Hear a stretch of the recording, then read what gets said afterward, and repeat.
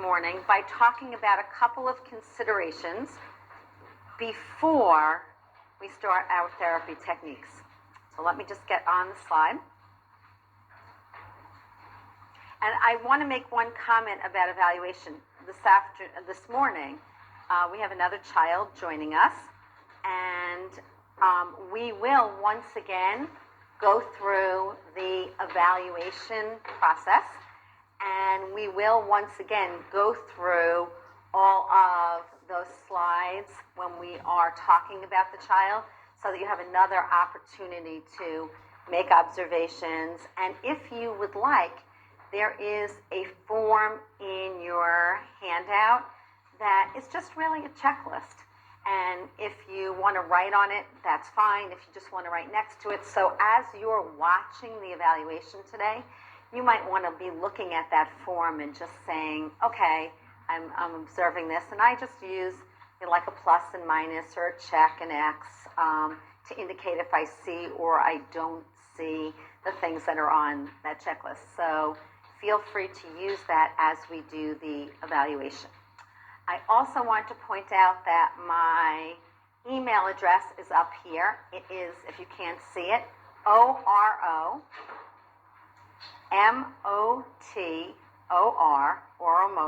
LO, my initials, at AOL.com. If you email the Talk Tools office and there is a feeding question, the question will come to me. However, if you email the Talk Tools office, sometimes it goes to the office, then it goes to Beth Howard, who is our conference coordinator, and then she sends the oral placement speech things to Sarah Johnson and Renee Roy Hill. She sends the feeding questions to me. So it takes a while. It's a process. If you don't want to wait a while, email me. If I don't get back to you within a day or two, it's because I'm on the road, and sometimes I don't answer emails when I'm traveling, especially if I'm teaching and doing evaluations on the road. So you will hear from me within a couple of days if you email me directly, okay? And a lot, as we said yesterday, a lot of you are going to have questions today, but you know, there are people who say, I need time to go back, I need to be in my therapy room, I need to process this, I need to try the techniques, and I need to ask questions. The other thing is, while I'm sharing very specific techniques with you, we all know that if there was a cookbook, everybody would have the cookbook. And we would all be doing the same thing. And we all know that every child is different. And as much as we learn, we know that we spend a lot of time going outside the box. So if you are trying to go outside the box and you get stuck, email me and say, I was in this class, this is what I've tried, and this is where I'm stuck. And I'll see if I can help you problem solve. Okay? Okay, good. So let's talk a little bit about some considerations, and then we'll get right into therapy. The first is staff and parent training in CPR. I'm going to talk about CPR first. If you are doing feeding therapy, you absolutely positively should be able to get anything out that you put in. So you absolutely should be CPR certified. Most therapists are, but here's the thing. If you are working in a preschool or a school-age program or a nursing home, it's really important that the people who are in the trenches have CPR, because a lot of times it's not the therapists who are doing the day-to-day feeding. It's the teaching assistants, classroom teachers. We are training them. Hopefully we are supervising them, but they are the ones doing the feeding. So it's really important that they have CPR. In my office, even though you don't need to update your CPR every year, we do our CPR every year because we do so much feeding therapy. And I also encourage parents of children with special needs to do that. And yesterday afternoon, there were some therapists that were talking about they work with a multiply handicapped population. They work with children with cerebral palsy who are in wheelchairs, who are multiply handicapped. You need a plan if you are working with a child who you cannot do traditional CPR. And we have an EMT that used to come into the program that I worked in and look at our children with neuromotor issues, look at them in their wheelchairs and make specific suggestions for modifying CPR for that population. So if you are working with that population and you have not thought about that, it's really important. Okay, training. Yesterday afternoon, when people were asking questions at the end of the day, one of the things we were talking about is parents and their ability to be consistent. And, you know, one of the comments that was generated was that it's like anything else. If you're an OT and you're doing handwriting without tears, and the only place it gets done in school is in school, it's going to be very different than if parents are carrying it out on a consistent basis. If you're an SLP and you've recommended an alternative communication system, a PECS system, and the PECS book stays in the backpack except, you know, in school, you're going to see something very different than if the parents are able to be consistent. We also talked yesterday about supports. We talked about children who need to have AFOs. They need to have supports on their feet or a SPIO or some kind of support.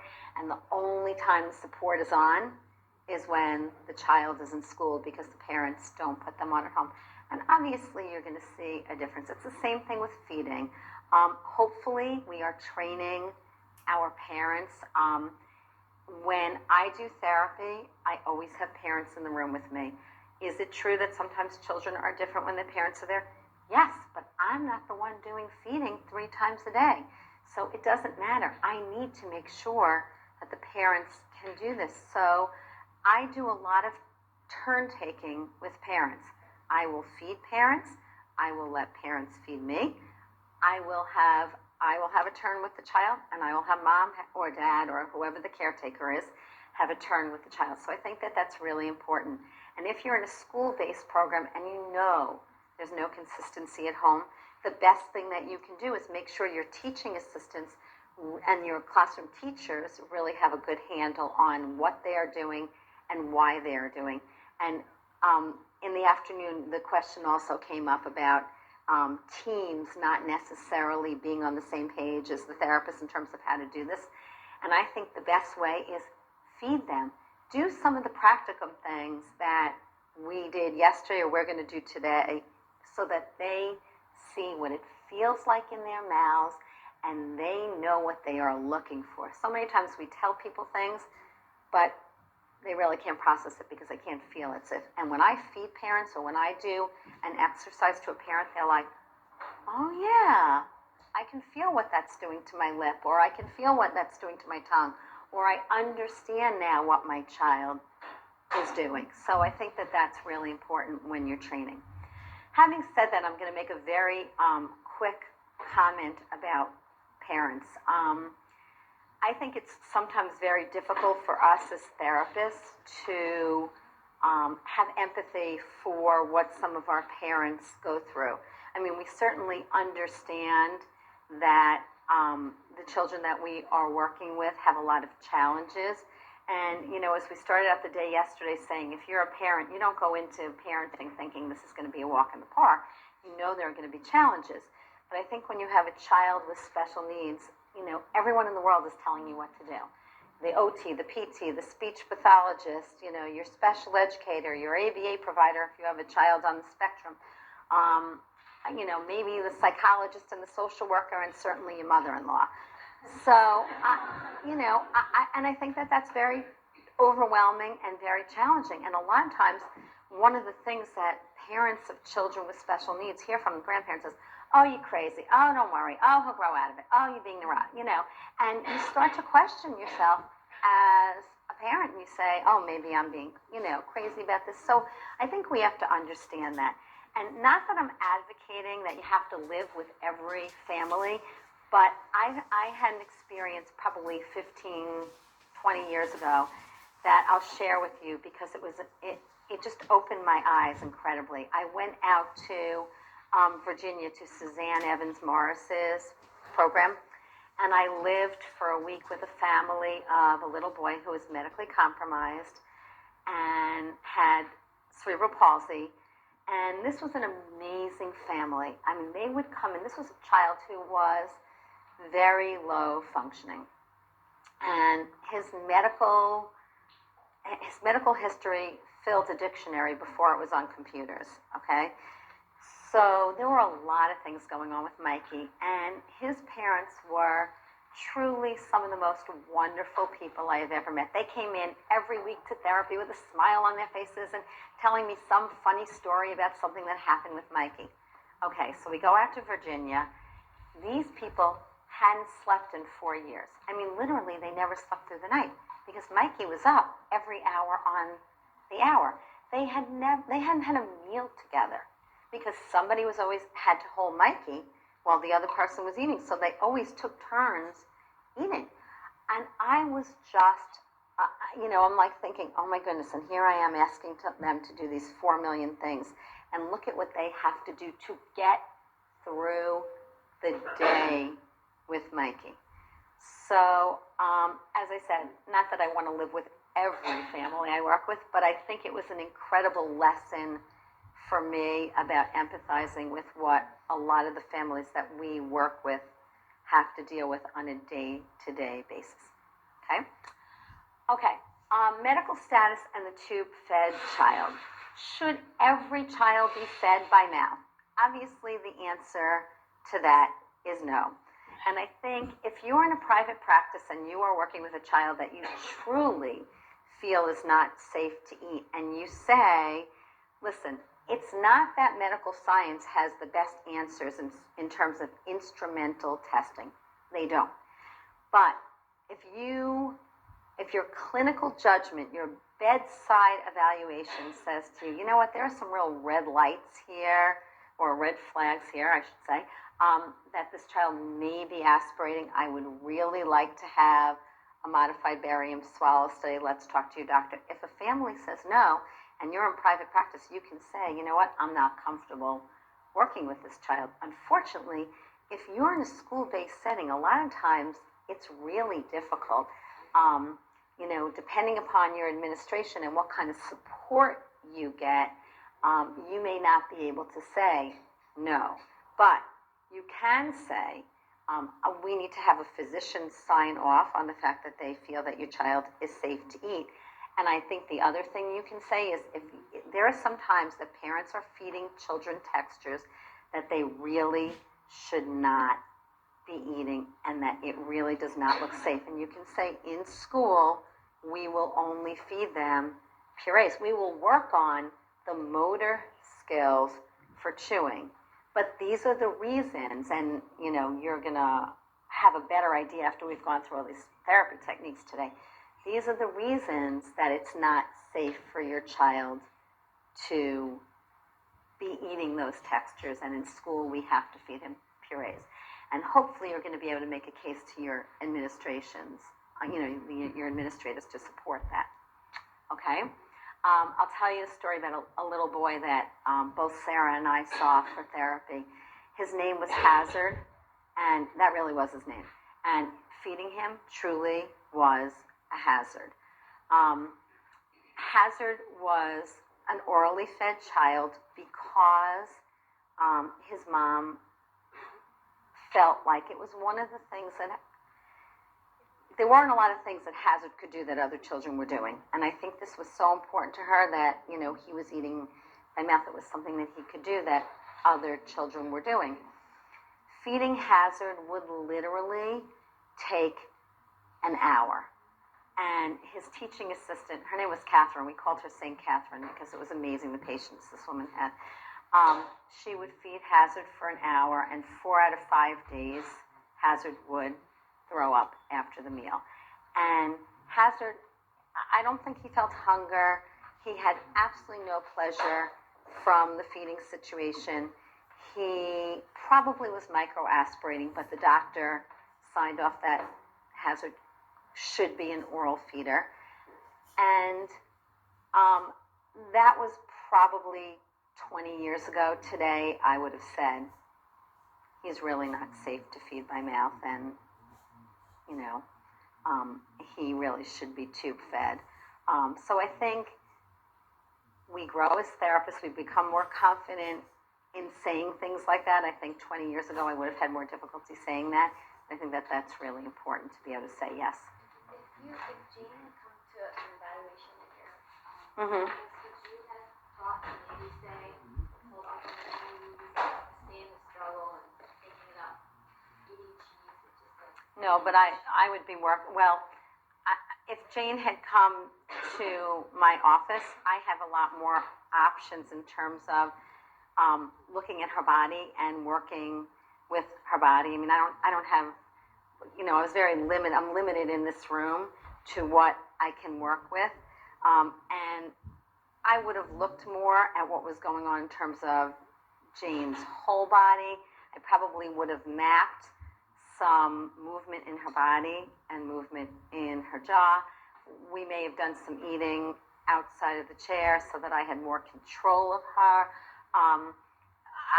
Jane's gonna, eat everything. I mean, Jane is like the perfect child for the techniques that we're going to talk about. So I would probably change the way Jane was eating those things, but no. Absolutely. I see that she'll do it. Yeah. I just wondered, what does it look like when a family comes to you and they're feeding the child things and you're like, oh. Right. And I do say that. Right. If the child is gagging on things and, they're having like a really difficult time handling, I will say, let's think about what textures we want to use. And a lot of times, parents just don't realize like that food in the front of the mouth, they don't know what eating's supposed to look like. So when I tell them, put the food in the front of your mouth and try and, you're not allowed to move back here, like what we did with the popcorn yesterday, it's like, like light bulbs go off. So, okay, nutrition. I said this yesterday, I'll say this again, nutrition always comes first. And as speech pathologists and occupational therapists and physical therapists, I think it's really important that you find a really good registered dietitian or nutritionist to work with so that you can ensure that your children are getting adequate nutrition. And when you talk to families and children have chronic constipation or chronic reflux that even with medication is not resolved, or chronic diarrhea, there's something going on in terms of their metabolic system, there's something going on in terms of their GI system. And even if you think about just the oral motor things, where does digestion begin? In the mouth. The enzymes in the mouth start to break food down.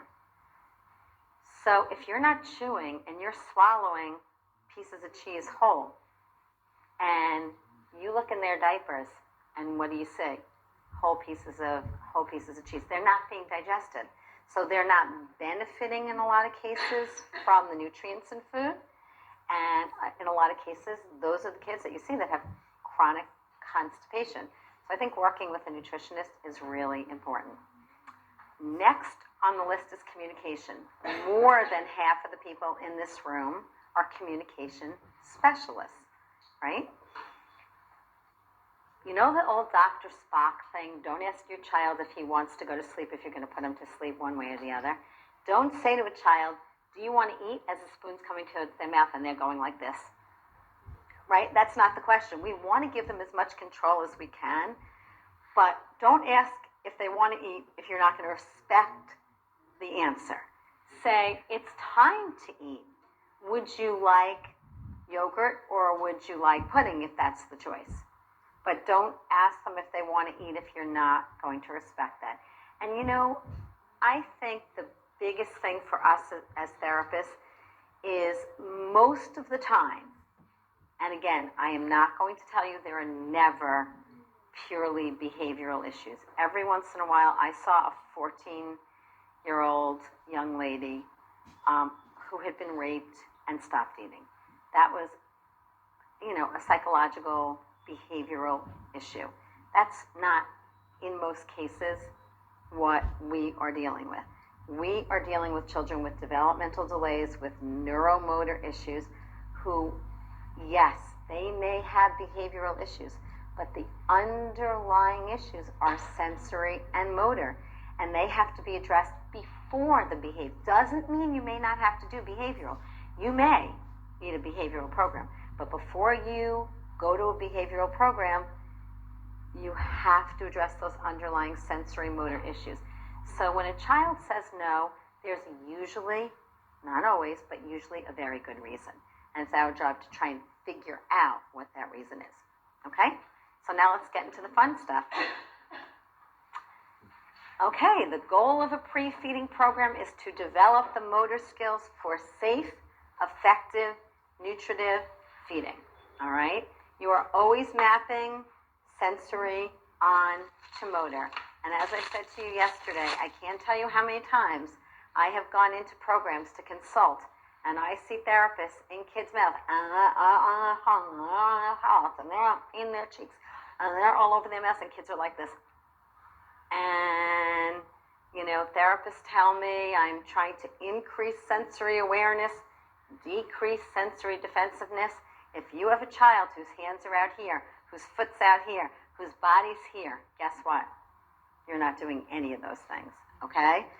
So I want to make sure that if you are doing a pre-feeding program, you've task analyzed the motor skills for feeding, and you can tell me what you're working on.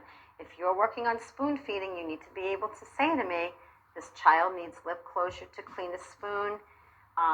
He needs tongue retraction to move the food from the front of the mouth to the back of the mouth.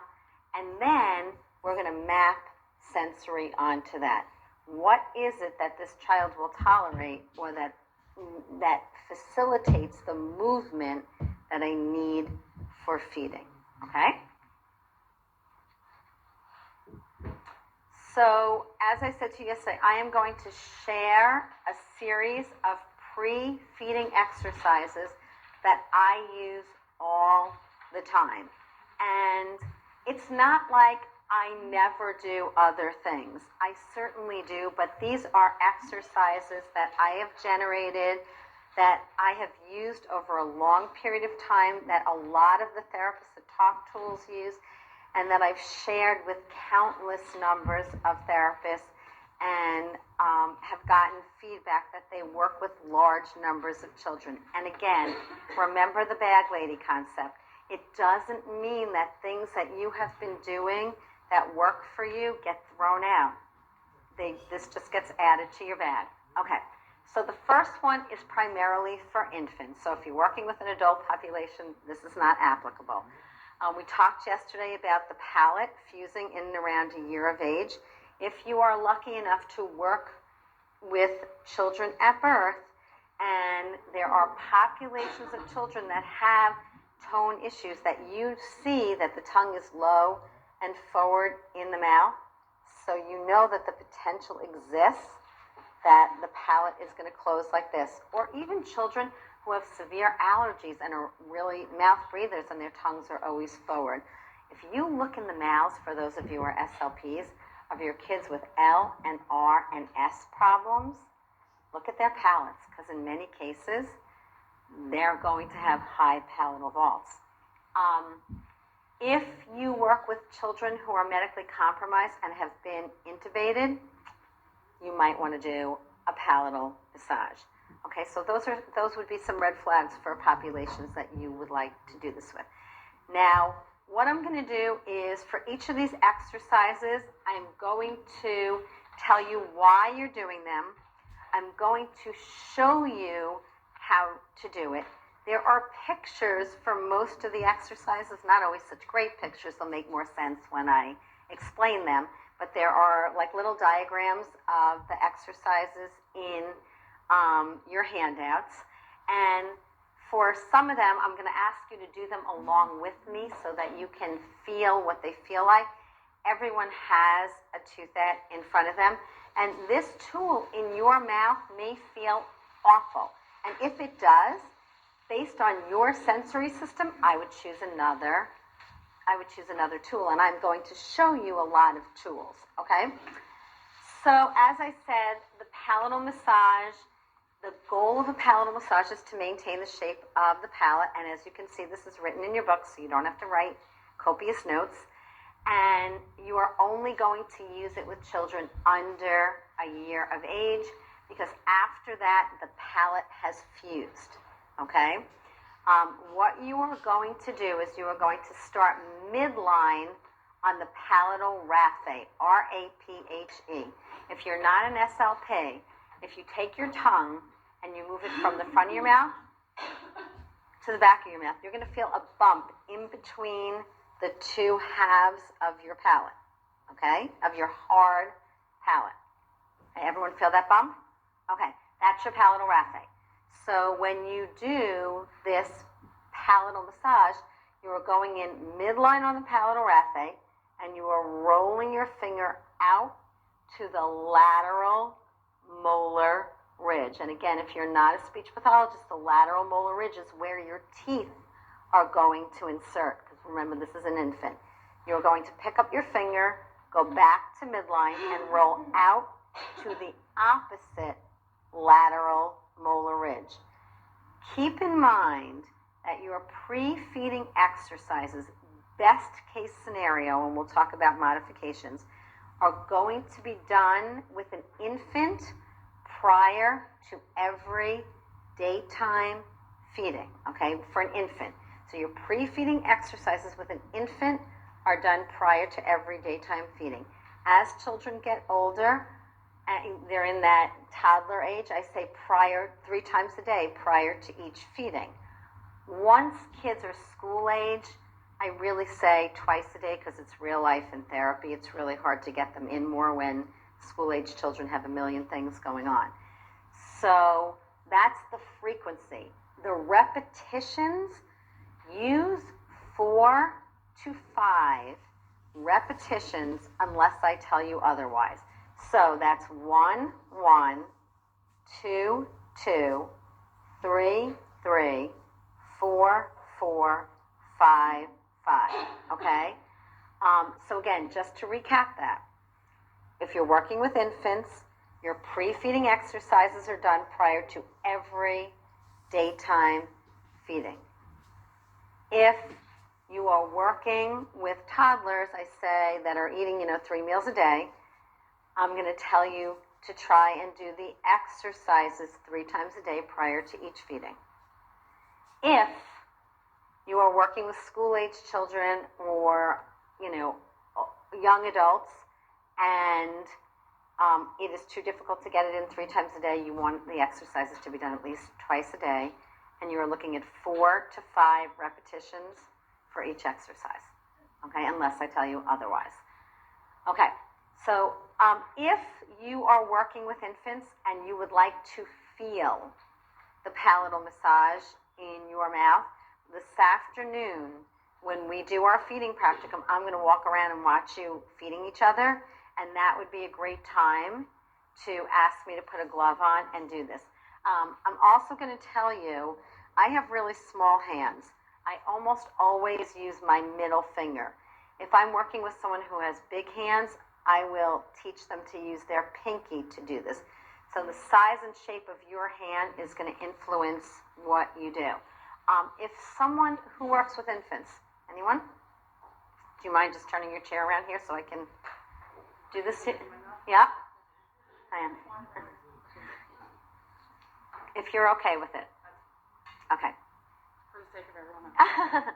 And the input is firm, not hard. So you're going in midline on the palatal.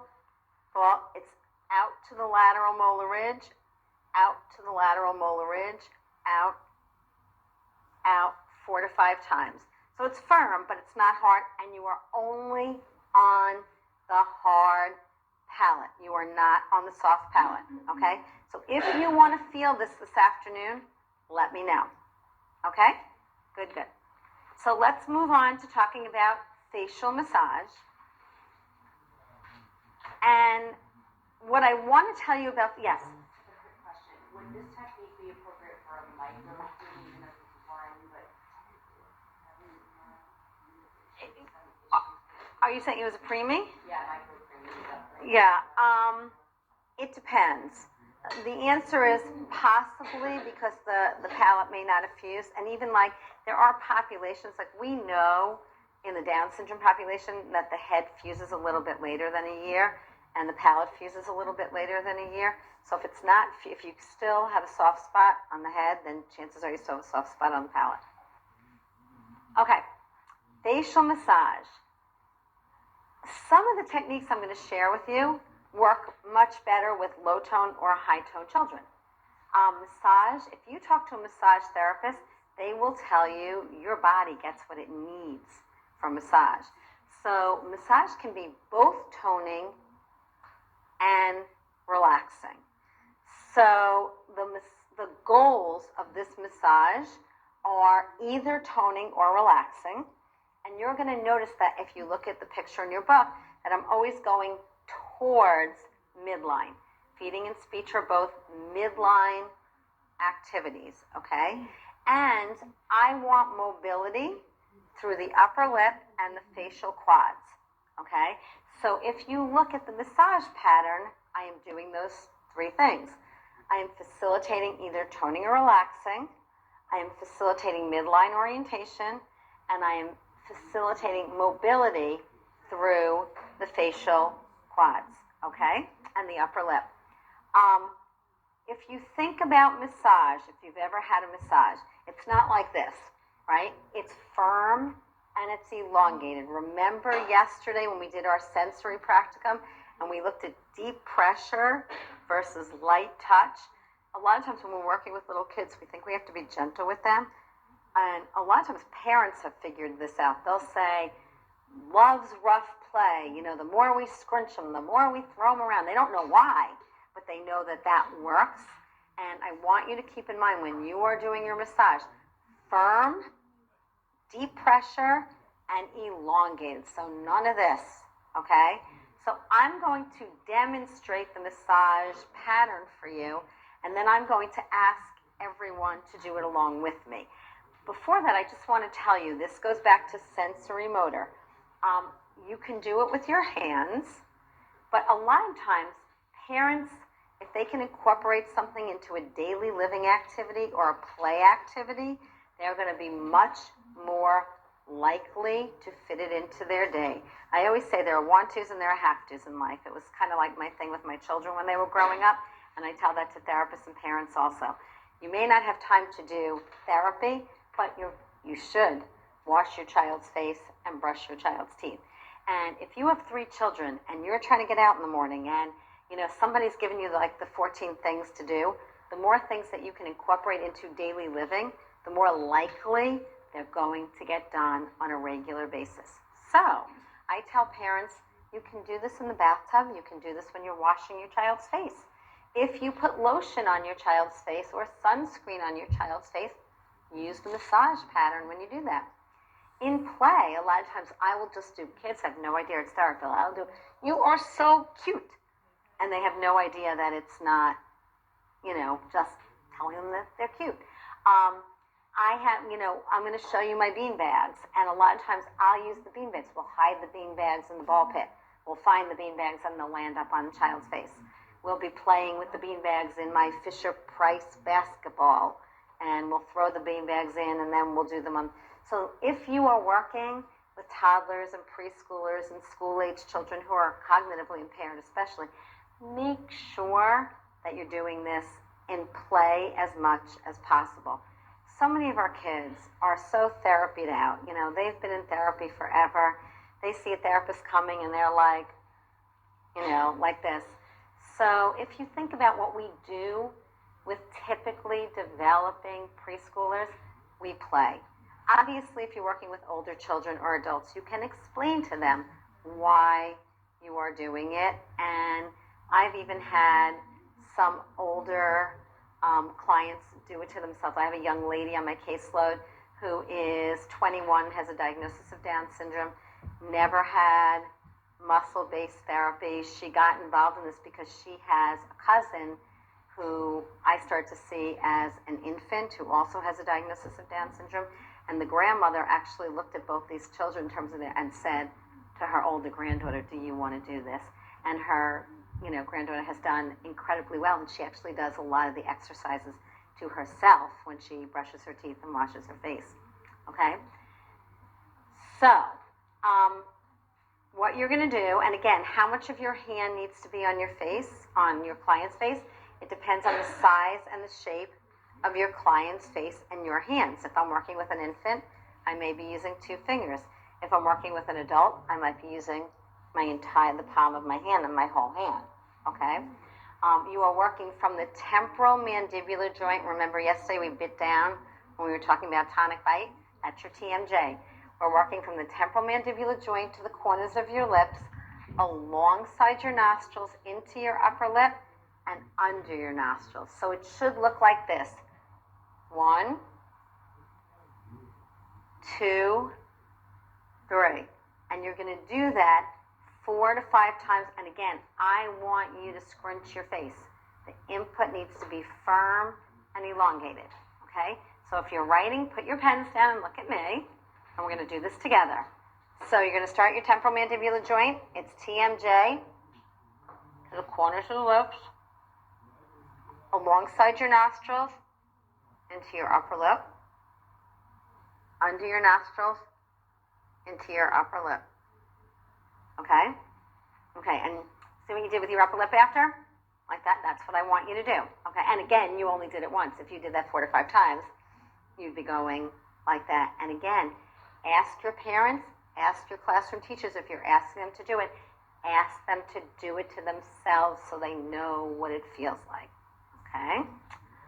Good, good, good. And again, you can be doing this with bean bags, and if you look at the bean bags that we have, they're all different textures. There's something silky, there's something corduroy, so there's something bumpy, there's something scratchy, and then there's something fuzzy, okay?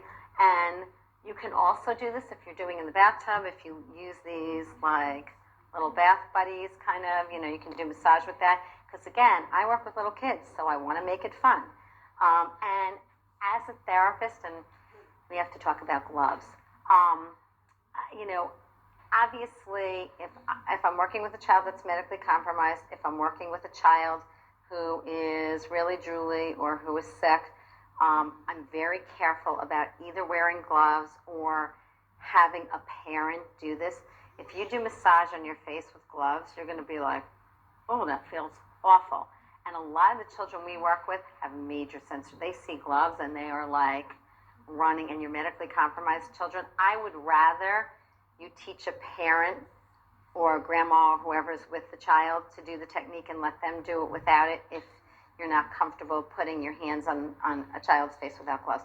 I never go in a mouth without gloves, but a lot of times I am on a face without gloves. And it depends on the population that you're working with. If you're working with a population that's medically compromised, that's really not a great idea. But if every child has their own, little guys like this, and you can use this, it's a way that you're not doing direct contact, but it doesn't feel like, non-latex gloves on your face, okay? The other thing is, and we'll talk about vibration in a few minutes, but you can do vibration, massage with vibration. You saw me do that yesterday with Jane, okay? And we'll talk about when it's okay and not okay to use vibration in a little while, okay? So that's your massage pattern, and again, that really is kind of universal. I do massage with most of my clients. The next thing is tapping, and tapping is toning. So I really only do this with my low tone children, okay? So this is not something that you want to do with your high tone children. And I use this technique in daily living all the time. I mean, if you have children that you go to wipe their faces, like this, and they go like that, if you just do that firm, rhythmic tapping on their lips, I do things like yogurt removal service, and, they think it's funny, and most of the time, because it's deep pressure as opposed to this, which is really annoying to them, they will tolerate having their faces wiped, which is a good thing, and they also are toning up their lips. And when you go like that, what happens? Everyone do that to yourself. What do you end up doing with your lips? Rounding your lips, right? And so it's toning up your lips and your cheeks by doing that. Again, the goals of this tapping technique that you have in here can also be midline orientation, because in play, I work from the TMJ to the corner of the lips and then on the surface of the lips, and I'll show that to you in a minute. It's obviously toning and it's lip rounding, okay? And a lot of times, as I said to you yesterday, you got to hear my absolutely awful voice. I cannot carry a tune, and I've been told by 5-year-old autistic children not to sing. Whenever I get a child that doesn't mind my voice, I'm like, oh, I love you. But I do a lot of like rhythmic counting and singing and using music in therapy. So I'll do something like, bring it home, baby, blah, blah, be, oh, my mommy, be so proud of me. So I'll do that in play with children. So, and you'll feel, you know, like you did on your lips, if you do that to your face, you feel that toning in your face. So that's tapping, and that's a great technique. If you're working on straw drinking, you want that lip rounding, that's a great technique to use as a pre-feeding technique. And again, I know this is probably common sense, and I know I've said it before, but I'll just repeat it again, that, you know, it's not like you're going to go back to therapy and do every single one of these with every child. You're going to say, what are my goals for this child in their feeding program? And you're going to pick the appropriate pre-feeding techniques for that particular child. And one of the things I'm going to encourage those of you who are working with really young children is to always try and stay one step ahead of them. So if I have a baby who's bottle feeding or breastfeeding, I'm going to be working on the motor skills for spoon feeding. And obviously this is not your like typically developing child who has some minor sensory issues and they get referred to you. But when you have kids that have neuromotor issues or have syndromes and you know what's going to happen if you're not one step ahead of them, I always stay one step ahead of them. If I'm working on spoon feeding, in my pre-feeding program, I may be working on the motor skills for chewing. Okay? All right, vibration. So when I first got out of school, I was told never use vibration with people who have seizures. And then along came the internet. And I would go to do an evaluation, and Mom and Dad had gone on every website imaginable, and they had purchased everything because I sounded like really good things. And I walk in, and the child has, you know, the vibrator hanging out of their mouth, and I look at the case history, and I'm like, oh my goodness, he has grand mal seizures when he has 104 fever. So I would ask parents, does vibration cause him to have seizures? And the answer would be no.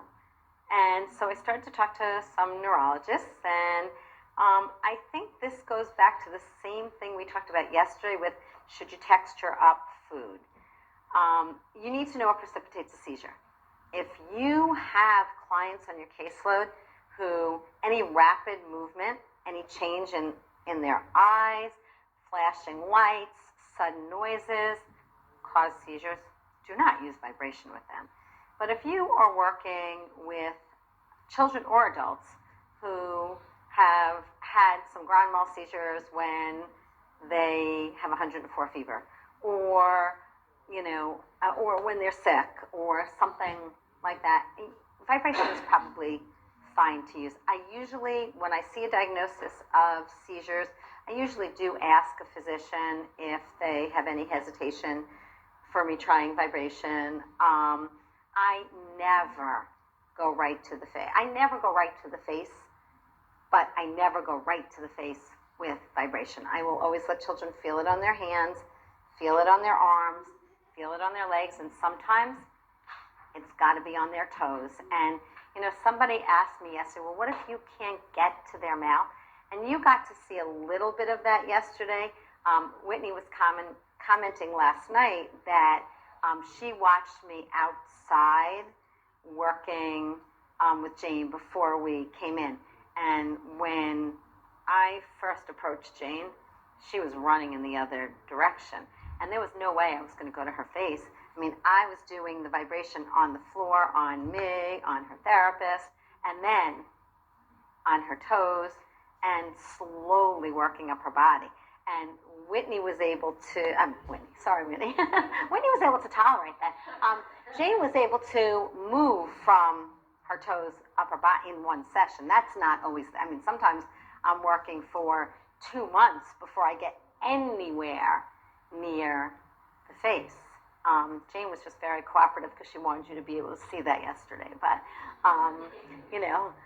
that's not always, sometimes it takes a long time. And I mentioned to you that I work very closely with an OT because sometimes I'm doing a lot of whole body things before I get anywhere near the face. So that kind of goes back to the common, especially to my colleagues who are speech pathologists, like we want to go right to the mouth because that's what we're trained to do. And sometimes we have to take a step back and go to the body before, we go to the mouth. Okay, so vibration, start on the body, work up. So let's talk about what vibration does. When you first put vibration on, what does it do? It increases muscle tone because the muscle fires. If you leave vibration on for a long period of time, what happens? Muscle relaxes. Okay, so with your low tone children, get in and get out. It's not a toy, okay? This is a therapy tool. Get in and do your 4 to 5 repetitions, and then it goes away. Now, I always do some turn taking with the kids because I do everything in play. So I will let them have a turn, and a lot of times kids will put the vibrator in their mouth and hold it.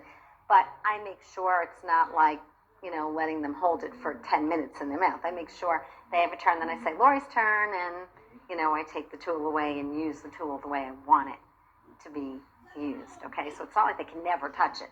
It's just, I don't want vibration to be something that's sitting on a low-tone tongue. With your high-tone children, in theory, you could leave vibration on for a little longer, but what happens a lot of times when you go to high-tone children with vibration? They're like that. So whenever I'm working with someone with high tone, I'm very cautious about, not having my battery work. Oh, that's not good. Okay, but I'm very cautious about holding like the vibrator like that so I can dampen the vibrations, or I not leave it on this long so it doesn't work, but I leave it on for a period of time so that the vibration is not as strong. So I use batteries that are wearing out with my higher tone children. I will grab my other vibrator. So that's a suggestion if you're working with higher tone. If you're working with children who have auditory sensitivities, you may want to hide a vibrator in a stuff. This is something like I got from Bed Bath & Beyond a million years ago, and I haven't found it, but I have had therapists like cut a hole in like a stuffed animal and stick like a vibrator in here so that they can use vibration, but the noise is dampened. So if you're working with children who have sound sensitivities, that might be a good idea as well, okay? And you can even do something like put the vibrator into something like this to dampen, the sound. So those little guys. Can I just ask you, like those of you who are in the back, if there's anything you can't see, would you let me know and I'll walk back because I can't always tell what you can see back there. So if you can't see something, please say something. Okay. So those are some suggestions, and now we'll talk about as we go through some of the other exercises how you're going to use that vibration therapeutically, but I did want to talk about vibration. So before we start talking about the upper lip, I'm going to show you a myofascial release. I was talking to some of the therapists this morning, and I said I was very privileged to take myofascial release with Reggie Bain when she was alive. She was a wonderful occupational therapist, and when I took the course, there were 80 people in this class, and I was the only SLP. I walked in, I felt like I had 3 heads. They're like, oh, you're the SLP?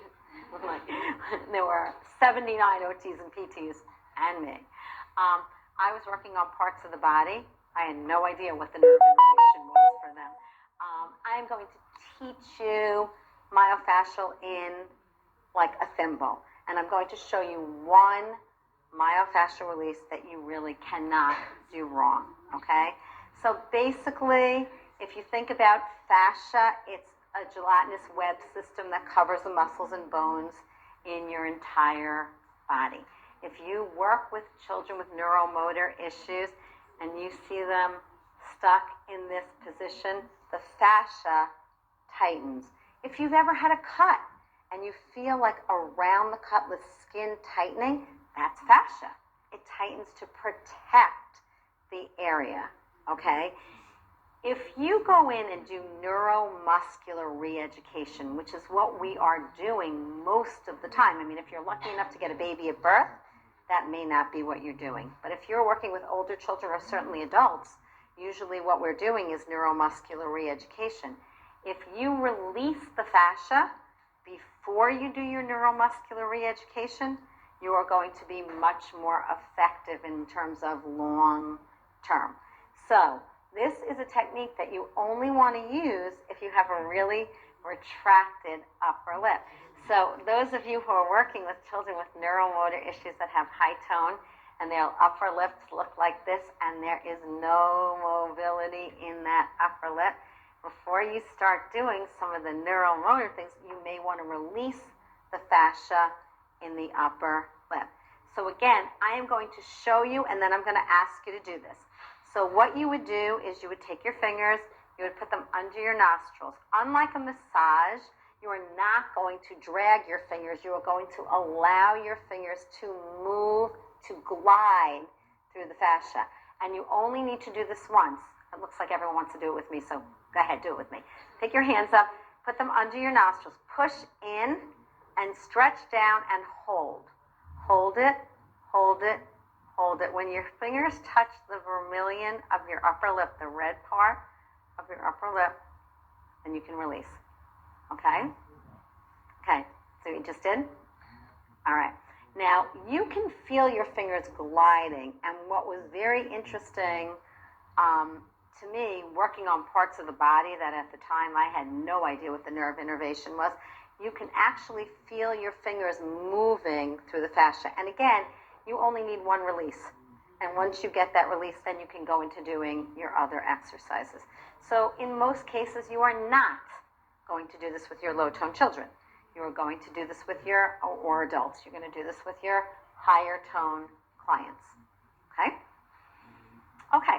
So jiggler roll. You can.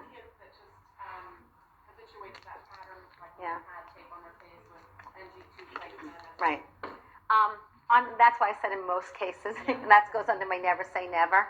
I have done it with children, but usually what you find when you get through there, I'm more likely to get a finger with those kids.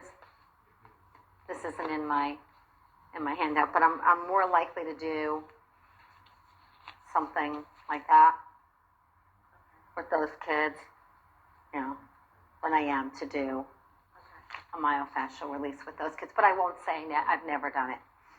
Okay? All right, jiggler roll. So I would love, if I want to get the upper lip to move, I would love to be able to get under the upper lip. But how many of you have kids on your caseload that there is no way you are getting into their mouths? So a lot of times I start on the outside and then I slowly work my way in. And you saw that yesterday a little bit with Miss Jane. I started with the vibration on the outside of her face and then with Mickey Mouse just on her lips. And then when I saw she wanted the vibration in her mouth, then I got into her mouth. So the jiggler roll, let me just get a battery so that you actually can see, or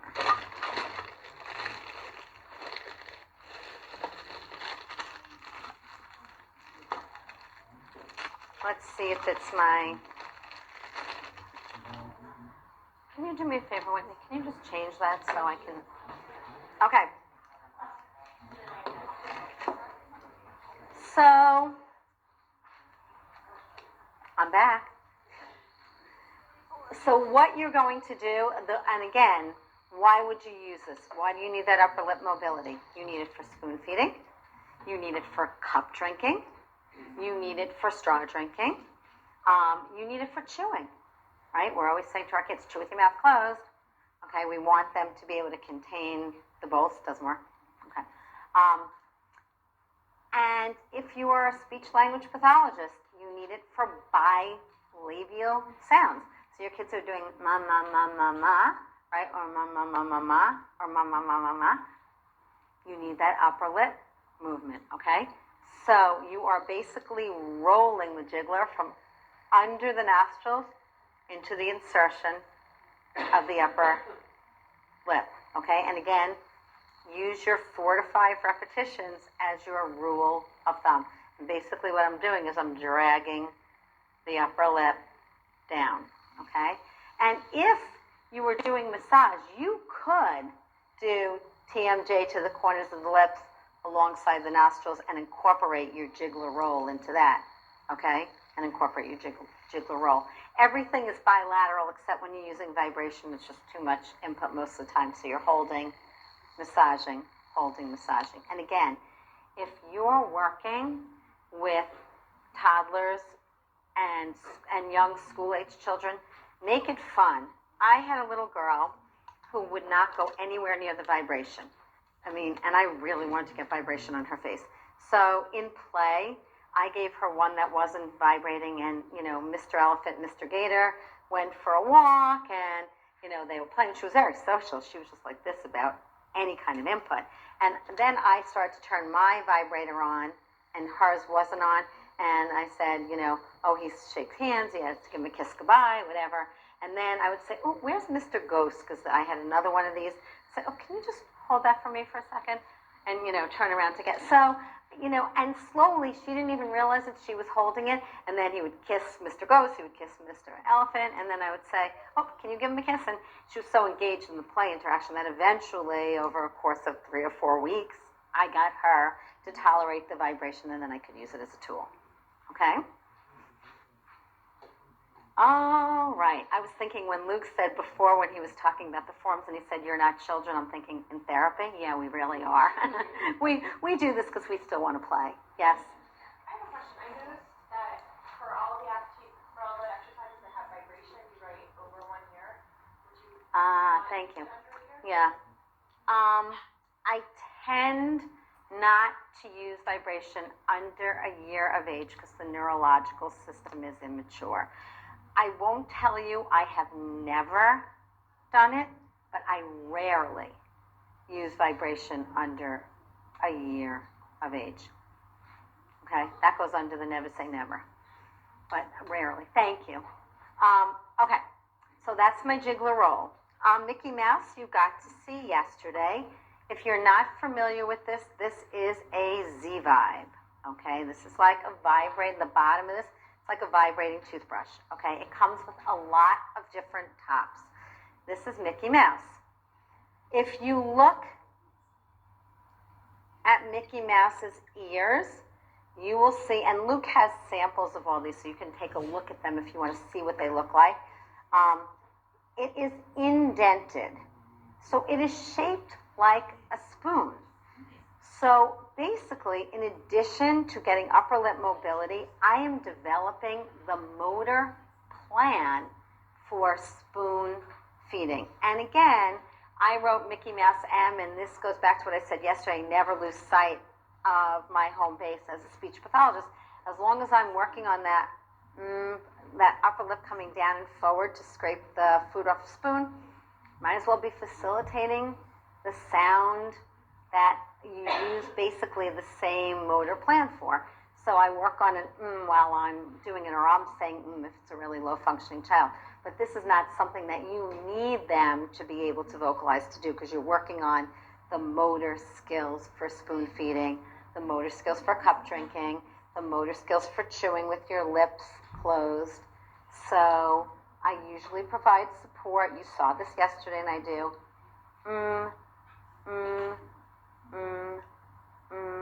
Okay, 4 to 5 times. So that's your Mickey Mouse.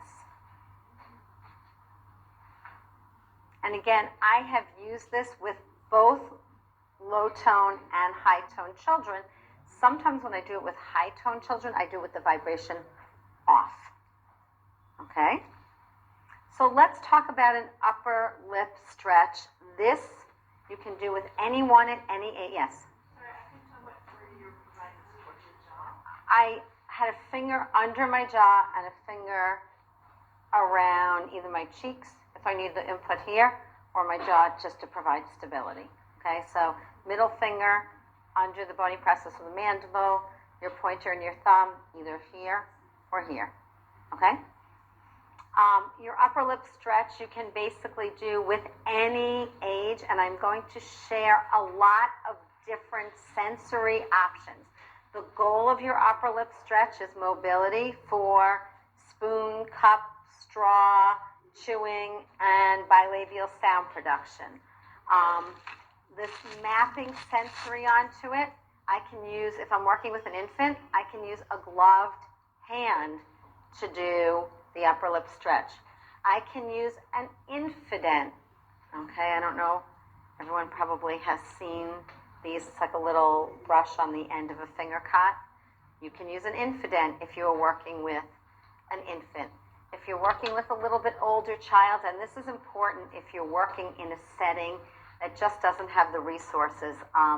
I did a practicum in the South Bronx a lot of years ago, and there was no way I could ask families to buy these tools. There was no way they could afford it, but they did have toothbrushes. So I would either get, if I needed vibration, I would get the vibrating toothbrush that has a really small round head,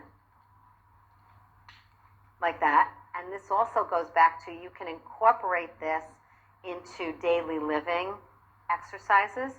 Or I would get the teeny tiny infant toothbrushes, and this happens to be, I don't love Nook brushes, but this particular one, the Nook toothbrush, it's a really nicely shaped head.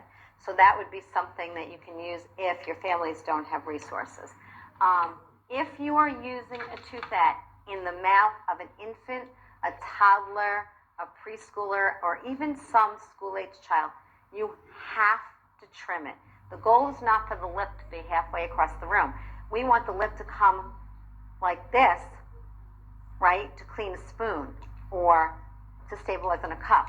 So you have to go around and trim those little wings. I feel like I go from the Home Shopping Network to the Arts and Crafts Network in this class. Actually, I'll tell you how the catalog came to be. Sarah and I worked in a clinic together.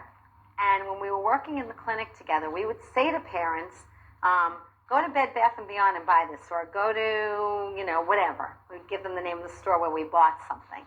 And a week would go by, 2 weeks would go by, 3 weeks would go, they wouldn't have the material, so we knew they weren't doing it at home. So we started to send Sarah's husband, Phil, shopping. So, Phil, go get 30 of these, and we had this closet in the clinic so people could buy things. And, I was telling someone about the beanbags. Somebody asked me if I made the beanbags. I'm like, I can't sew a button on. But I would say to people, just go to a fabric store and buy fabric, and, you can stuff it with either foam or little beads. And people would look at me like, really? How? And I don't totally understand because I can't do that. Oh, I thought he was asking me to stop. Sorry. And so we had these made for us, so that people could have access to them. So the catalog absolutely did not start out as a business, but when we started traveling and teaching, and people would ask us where we got things, we would say, go to Bed Bath & Beyond. They would go, oh, we don't have one of those in, Santa Fe or whatever. So that's how the catalog came to be.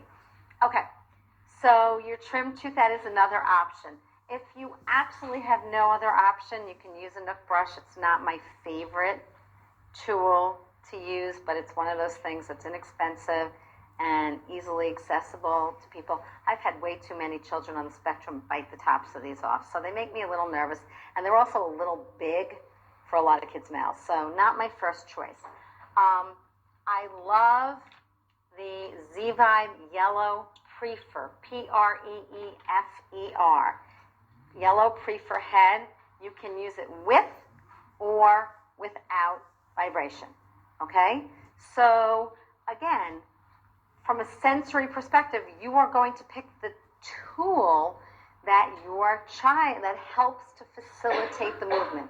So if I put this in your mouth and you go like this, I'm going to think about using another movement. If I use no vibration and the child tolerates it, but I don't see the lip moving, I want to increase the information.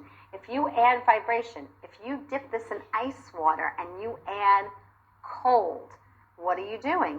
You're increasing the sensory information, okay? And again, when you buy toothettes, make sure they are not flavored. Because if you are choosing to use flavor, you want to make sure that you're choosing the flavor based on your child's sensory system. So I always wet toothettes because they feel like a sponge, but I may wet them just in water or ice chips, or I may cut a lot of them, dip them in water and freeze them so that I have a bag full of frozen toothettes, or I may do lemon water and freeze them, or I may dip it in lemon juice. So depending upon my child's sensory system, remember, sensory motor, my motor goal doesn't change, but what I'm mapping onto the motor goal in terms of sensory is going to change in terms of my child's sensory system, okay? All right, so it looks like this. You're going to go corner to midline, corner to midline, corner to midline, corner to midline. Can everyone see that? If you can't, tell me. So what I'm going to ask you to do is take your toothette. If you have something, dip it in water or whatever you're drinking, or just deal with the fact that it's a sponge. Okay, everyone have their toothette? I'll wait for everyone to get it out of their packages. Okay, and again, corner of your mouth, like if you took your fingers and went like that, that's where you want to start, right under here. Don't cross midline. Corner to midline. Good. Go to the other side. Corner to midline. Over. No, right under the lip. Right here. You're not on the gums. You're under the top lip. Right here. Stretch it and then go to the middle. Go to the other side. Corner to middle. So 4 to 5 times.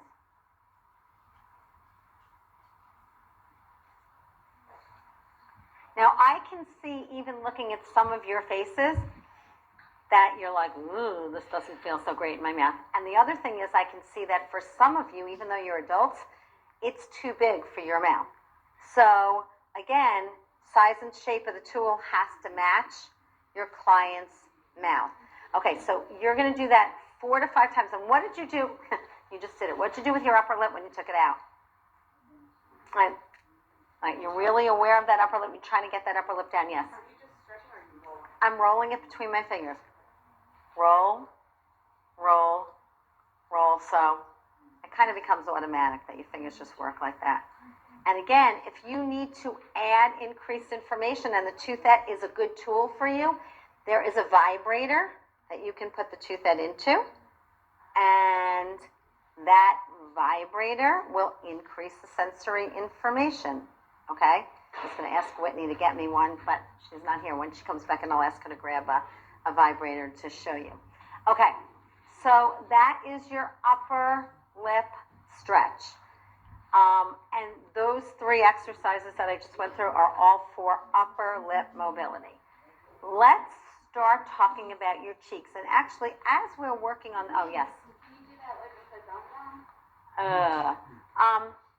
No, it's too big.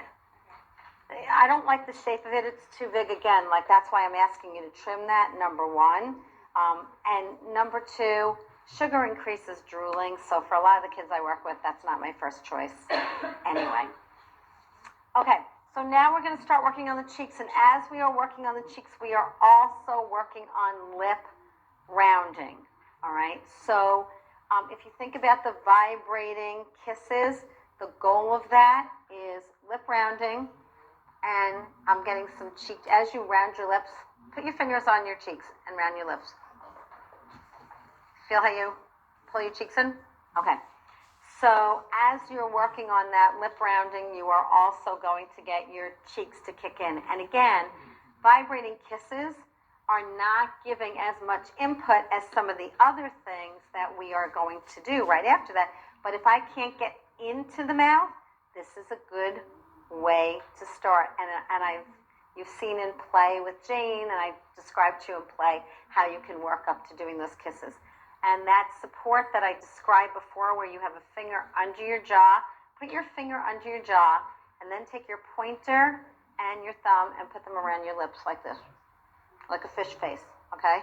And then you can do. So you're facilitating in this, you're doing all the work here. You're facilitating the cheek lip movement, and then you kiss. And parents love this, because how many of your kids with tone issues kiss like this? Their mom goes, give me a kiss, and their tongue's halfway, so they love when you teach them to kiss with their lips closed, okay? So that's your vibrating kiss. Now, as soon as I can get in the mouth, I want to start working on those cheeks. And remember yesterday, this is applicable to any of the kids, whether they have high tone or low tone, and any of your adults. I start with a passive exercise. The cheek stretch is passive.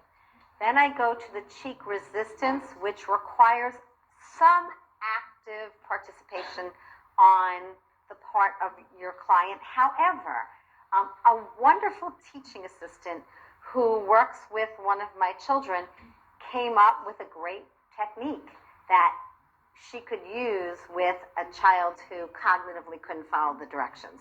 So I'm going to show you a modification of the cheek resistance, and then the cheek toning lip rounding is really an active participation. So I sequence these activities. And again, you can use, from a sensory perspective, you can use a gloved hand, you can use your infident, you can use the back of your toothbrush if you're doing this in a daily living activity. You can use your infant toothbrush. If you have to, you can use your knuck brush. And my tool, you can use your, did I say the toothette? And my tool of choice is, again, the Z-Vibe with the yellow prefer head, okay? So when you are doing the cheek stretch, you are making like a half circle in the cheek. So if this is the cheek, you're working top to bottom, and yes, you're rolling it, top to bottom, top to bottom, top to bottom. So if everyone takes your toothette, this is the cheek stretch. We're going to go through them 1, 2, 3. Okay, this is your cheek stretch. So you're in the cheek, and you're going top to bottom, top to bottom, top to bottom, top to bottom. Okay, 4 or 5 times. Go to the other side. Top to bottom. It's really firm. Top to bottom, top to bottom, top to bottom. Good. No, you're just rolling it. You're rolling it in an arc. So my fingers are kind of going like, if you just take the tooth out and go like that between your fingers, that's kind of what you're doing as you roll it. So you're really making a C in your cheek, okay? And you see, and it's great being up here because I watch people and I see so many people going, right, like that, and when they take them out. And again, that's why I ask parents to do this and teachers to do this so they know what it feels like.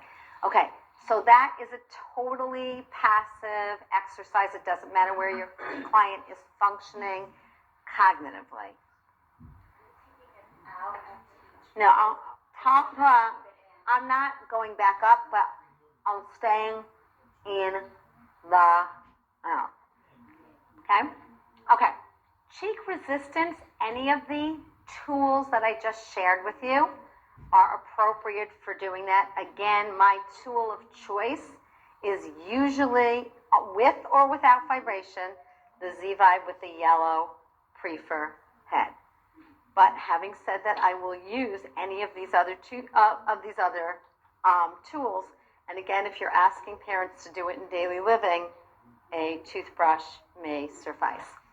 So what I am asking if they can cognitively do this is I'm stretching out the cheek like this, and I'm asking them to suck it in or to do a kiss. So put this in your cheek, stretch your cheek out, and then do it like a kiss or pull your cheek in. Go to the other side.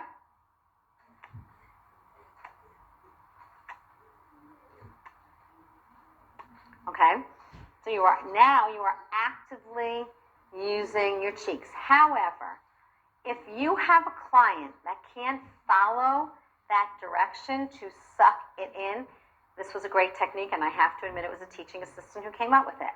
You know when you're taking let's say you have a lollipop in your cheek, and you're taking, you stretch your cheek and you're taking it out of your mouth, and then you bring it to the corner of your lip. So everyone do that. Put the tooth out in your mouth, stretch it out, and now drag this to the corner of your lip. See how as it gets to the corner of your lip, you start to pull your chin. So if you're working with cognitively lower functioning clients who can't follow, or people with motor planning issues who can't follow the directive, and I do that cheek resistance with that slide, okay, to get it out of the mouth. So that's a great little go outside the box technique. Okay, now if they can do that, I am going to go to a cheek toning, lip rounding, and again, I use this for straw drinking. If I'm trying to teach a child to round their lips and contract their cheeks for straw drinking, remember, if I want them to get a suck, I'm asking them to do this. Okay? So to get them to do that movement, I am going to use the small end of the jiggler. I have a finger under the jaw, finger around the cheeks, and I'm having them do this. Wah, wah, wah, wah, wah. And it depends on where in the world I am lecturing or where in the world I am working, because in Spanish, there is no wah sound. So I will do ooh, okay? And if you're an SLP and you just happen to also be working on a vowel sound, you get to do two things. You get two for the price of one. Okay, so you're working on lip rounding, and if you watch my cheeks, let me get the one that's vibrating. Watch what happens to my cheeks when I do this. Watch. Wah, wah, wah, wah, wah. I had a therapist ask me, does this work for wrinkles? Wah, wah, wah. Okay? So, that's a way to get your cheeks to kick in and work on lip rounding at the same time, okay? And kids think it's fun. The next one, which really simulates, again, the motor plan for sucking, is your fish lip pops. Now, I should make a comment about this for your higher tone kids. If you are working with kids who you can't get lip closure, excuse me for 1 second, I'm going to bend down and get my tubes out of here. These are progressive jaw grading tubes. You'll see them in the catalog. If you are working with children who have neuromotor issues and you can't get them into that, you can also make that wider with the progressive jaw grading tubes. And we've used these with children with cerebral palsy to get them from here to here for straw drinking. So you go into the mouth and you don't have enough hands to get their lips around it. Oh, go for something that's bigger in terms of getting their lips around there. Okay. Your fish lip pops, and again, this is more of an active exercise. You really need clients who can cognitively follow the direction. I use the Z-Vibe Yellow Pre for Head. However, I have used a tooth that dipped in like a favorite liquid to do it if they can't handle vibration. So from a motor perspective, I'm looking at lip rounding, cheek toning, and tongue retraction, and the vibration makes a lot. It really makes a big difference. But if it's a child whose sensory system can't handle that, then there are other options. You can use a tooth that, and I usually, if I can, I dip it in something that's kind of tart.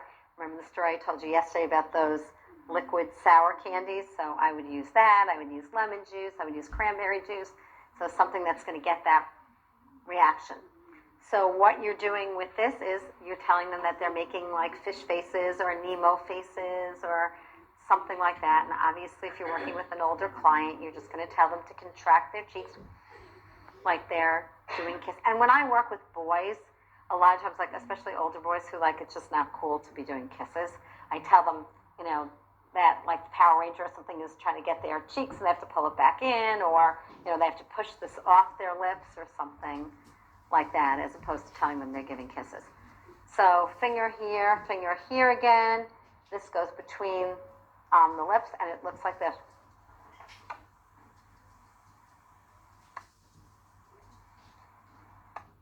Okay, so that's the last step in my cheek lip little routine there.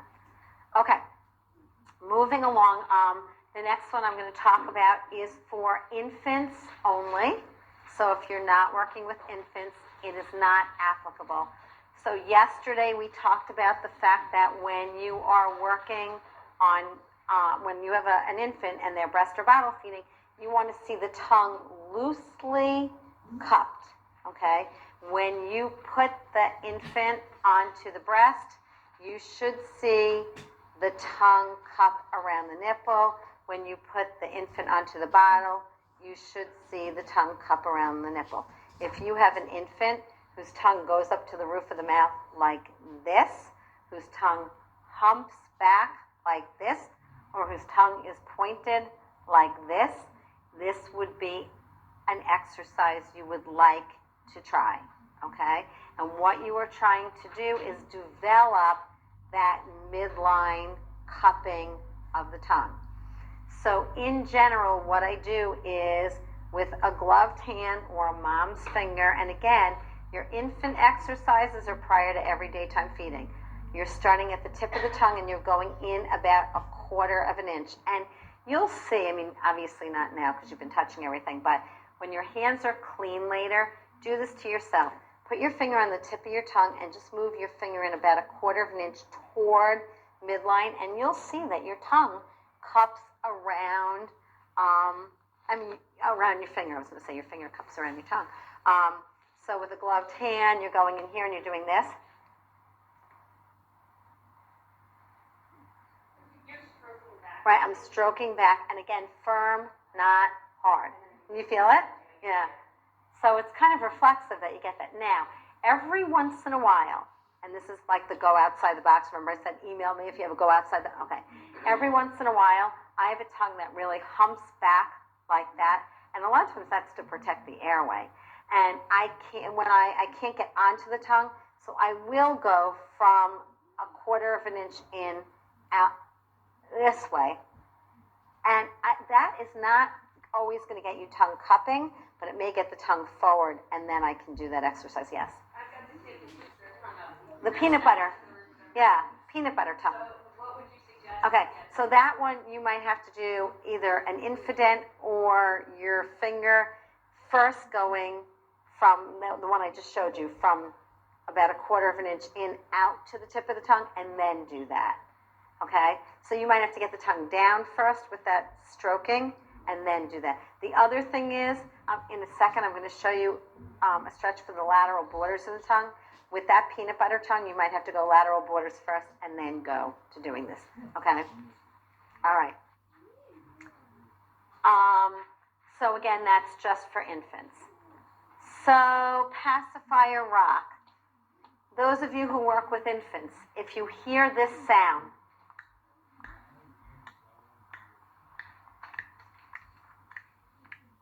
when a baby is supposedly sucking, guess what? That is not a suck. That is a compression release pattern. What they are doing is dropping the tongue and the jaw, and they're compressing and releasing, compressing and releasing, compressing and releasing. And usually, those are the kids, you're going to see lots of liquid loss. You're going to see incoordination of the suck, swallow, breathe. So you may see kids who have difficulty coordinating that swallow. So that's a population that you might want to do motor planning for that suck, swallow, breathe. Motor planning for that movement you need for a true suck. So I put a finger under the jaw and fingers around here. Now, with your finger that's under your jaw, you should almost be hooked into the bony process of the mandible. So everyone feel under your jaw. You feel the bony process in the mandible? So just with your middle finger, just kind of go forward, forward, forward, and then put your fingers here and do forward, forward, forward. So I give them a pacifier or mom's finger, especially if they're breastfed, so they're suckling on mom's finger. While I have this on their tongue, I'm doing this.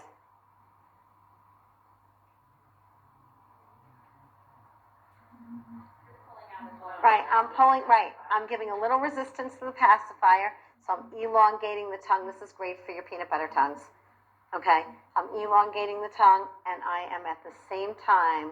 So a lot of times I'll have, like, baby on my lap facing me with a boppy under their head so I can get to them here, and I'll show you the position this afternoon when we do bottle feeding.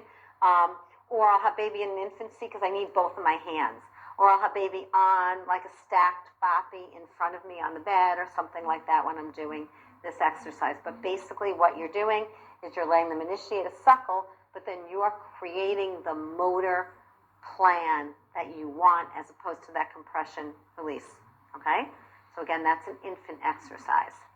Now, I'm going to show you the next two exercises are basically for infants, but you're going to see that maintaining that tongue lateralization, you can also do that with your older clients that do not have that movement. So maintaining tongue lateralization, we talked about yesterday that your infants, if you touch the lateral border of their tongue and you stroke from back to front, you will get lateral tongue movement to that side. So that's exactly what I do with a gloved hand or the Infident. And usually I teach moms to do this, especially if they want to breastfeed. You know, the smell of their hand and the smell of their breast. I mean, that's kind of like a good way to start getting babies who won't tolerate being on the breast, you know, used to mom's smell. And a lot of times what I'll have mom do is dip her finger in breast milk and do it also, okay? So what you're doing is you're going back to front, back to front, back to front on the side of the tongue, the lateral border of the tongue. So it's here.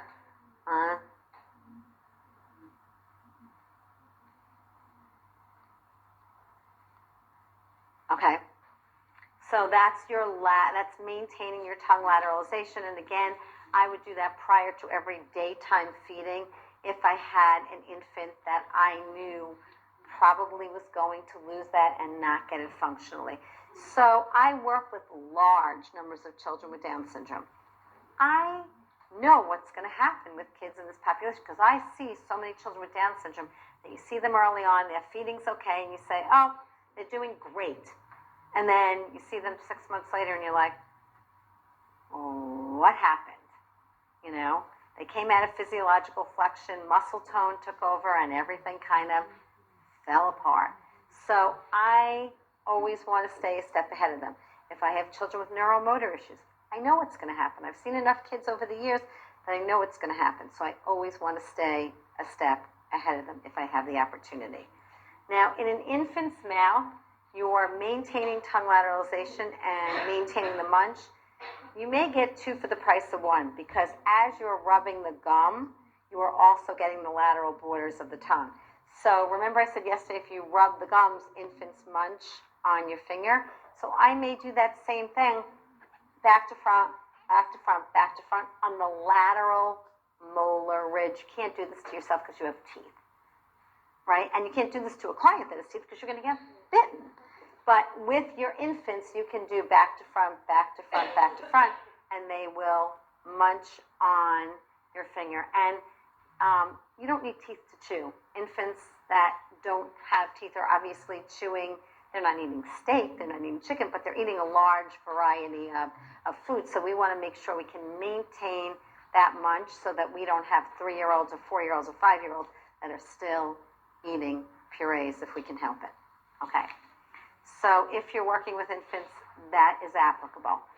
If you're not, if you are working with older clients, then you can facilitate that lateral tongue massage. And that baby that, whoever mentioned the baby with the peanut butter tongue, that might be your first step. You might do that lateral tongue and then go to doing because that may get the tongue down, doing the lateral tongue. Okay, so the next thing is your lateral tongue massage. And again, you can use this with both high and low tone clients. And the goal of your lateral tongue massage is elongating the lateral borders of the tongue. So think about this developmentally. Babies have a suckle, that's that in-out movement, okay? Once they start spoon feeding, you start to get retraction through the lateral borders of the tongue. We talked about yesterday that a lot of the children that we work with don't get that. They sink the middles of the tongue, or they continue to use that suckle pattern and they hump their tongues. So we want elongation through the lateral borders of the tongue as a prerequisite to getting tongue lateralization, which we talked about yesterday. And if you look at children developmentally, you're going to see that usually you get lateralization before you get elevation and depression. So those of you who are speech pathologists, go back and just look at your kids who have articulation issues that do not get tongue tip elevation for their lingual alveolar sounds, L and T and D and N and S, and look at them chewing, because you are going to see large numbers of those children do not have tongue lateralization, okay? So again, from a motor perspective, my goal is elongation and lateralization. And from a sensory perspective, I can use my toothette. I can use my Infident if, the child doesn't have a lot of teeth in his mouth. I can use my Z-Vibe, and my tool of choice if I'm using a Z-Vibe is the fine tip probe. It looks like a pointer. Everyone see that? Okay, this is the Z-Vibe fine tip probe. So that's my tool of choice. Again, Nook brush only if you don't have another choice. And sometimes I will use the Z-Vibe with the small green square head in a child's mouth. In an adult mouth or an older child, you can use the blue square head. Okay, make sure your tools fit your child's mouth. You don't want the child to be like that in response to a tool. The other thing is, real life in therapy, if you're doing it during toothbrushing, you can use the bristles on whereas when you were doing the upper lip, you use the back of the toothbrush, you can use the bristles on the toothbrush to do your lateral tongue, okay? So you are going the same movement, back to front, back to front, back to front, and you can all do this to yourself with your toothette, and you're going to see, some of you are going to be like, ooh. So it's this movement, 1, 2, 3, 4, 5, and it should be firm when you do it, okay? Now, if you had the reaction that a lot of you had, I would change the tool, okay? What happens, especially if you're working with high-tone children or children with neuromotor issues, if you go in the child, or children with sensory issues that want the input, you go in their mouth and they do this. What do? You have to stabilize them. You need stability in order to get dissociation, right? And a lot of our kids do not have stability, and they don't have dissociation. I use a bite block. I don't know if you're all familiar with bite blocks. Bite blocks are a wonderful tool. We use them in our oral placement exercises to get stability and grading for speech. But I use them sometimes in feeding as well to stabilize the jaw. So I can stabilize the jaw here, and I can do, right? Love those moments. Stabilize the jaw. And you saw this yesterday with the fine tip probe, okay? All right, so that's my lateral tongue. Now, for those of you who are working with kids that you do that lateral tongue and nothing happens, think about this. If you have a tongue that's humped back or a tongue that has a really strong midline well, stimulating the lateral border of the tongue may get tongue dumping, and not elongation lateralization.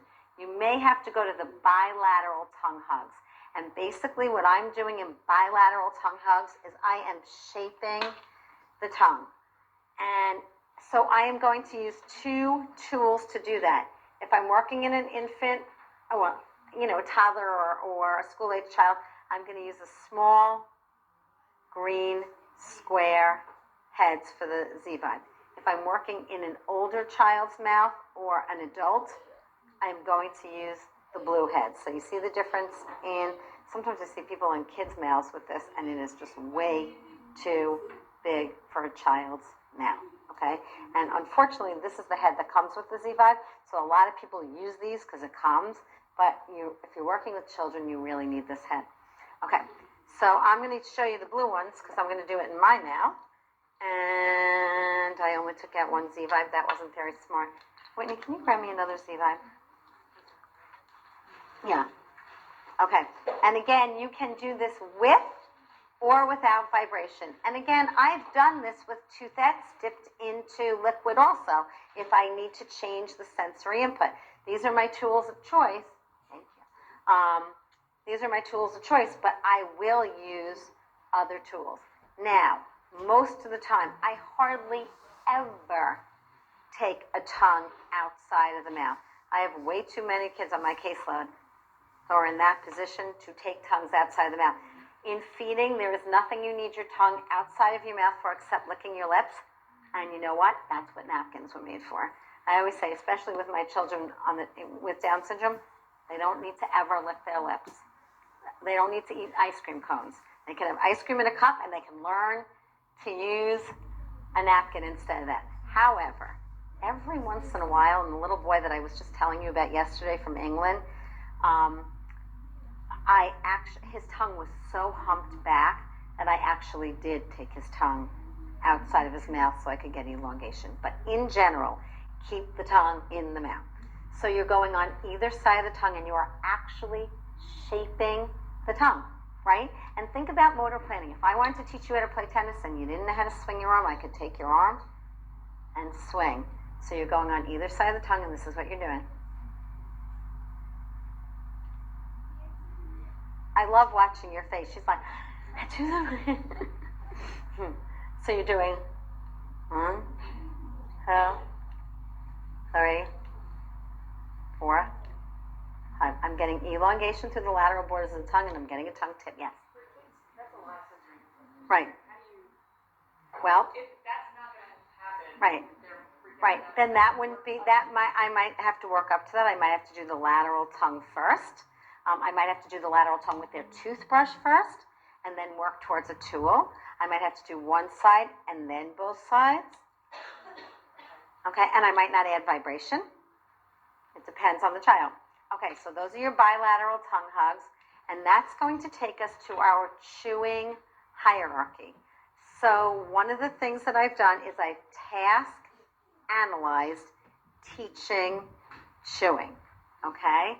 And in order to do this, I have watched large numbers of children who are typically developing. And what I am going to encourage you to do is look at tons of kids if you can. Watch what they're doing. You're going to see there's such a wide range of movement. And again, does everybody chew exactly the same way? No, you're going to see that this afternoon. And if your nutrition is not compromised, are you going to do therapy? No. But these techniques will help you to move from that suckle and that munch chew to teaching a child how to chew. Okay? Now, my tool of choice for these are usually chewy tubes. Okay? But, again, I will, for chewing hierarchy level number 2, I'm going to show you how to use the Nook brush or the Z-Vibe yellow prefer head. You can use the XL head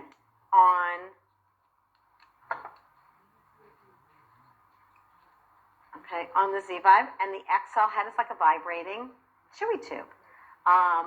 If you are working with younger kids, You can use like infants and you're trying to maintain that munch, and you can use your infident if they don't have molars. So any of those tools are okay. And this ARC also makes ARC probes, which are non-vibrating. And while I like to have the option as a therapist, if it's a family that the child can't handle vibration, and this is a lot less expensive, they make this with the yellow prefer head, they make it with the green head, so you can also get, an ARC probe. Okay, so those are all options. Chewing hierarchy, level number 1, I am looking for tongue retraction and a lateral chew. Remember we talked about yesterday, if your child has food behind their front lower incisors or food spread across their tongue, chances are they are not chewing, they are using their tongue to mash the food, okay? We chew on about where our first molars are. So that's where your tool is going to go. And you are going to do this with your toothed now, but this afternoon we're going to do this with food so you can feel what happens in your mouth. So if you take this and you put it in the front of your mouth and bite down, unless you are so aversive to this, you'll see your tongue comes forward. Now if you take it and you put it in perpendicular, not like this, to your lateral molar ridge, about where your first molar is, what happens to your tongue? It retracts and it lateralizes, okay? So what you want to do is you want to give input on the lateral molar ridge. You're pressing down to get that. Up, down, movement of the jaw. And if a child doesn't know how to chew, this is what you're going to see. Okay? And a lot of times, especially with my children with neuromotor issues, if I can't get them to do that up-down movement, I'll put them on a ball. I map what's happening in their bodies onto their mouths. So if I'm working with a little one, I'll sit on a peanut ball with a mirror in front of me. I'll do this up-down movement with my body, and then I'll do the same thing with their jaw. And then, so in answer to your question this morning with Jane, I might have had a mirror. I might have had her on my lap on a ball.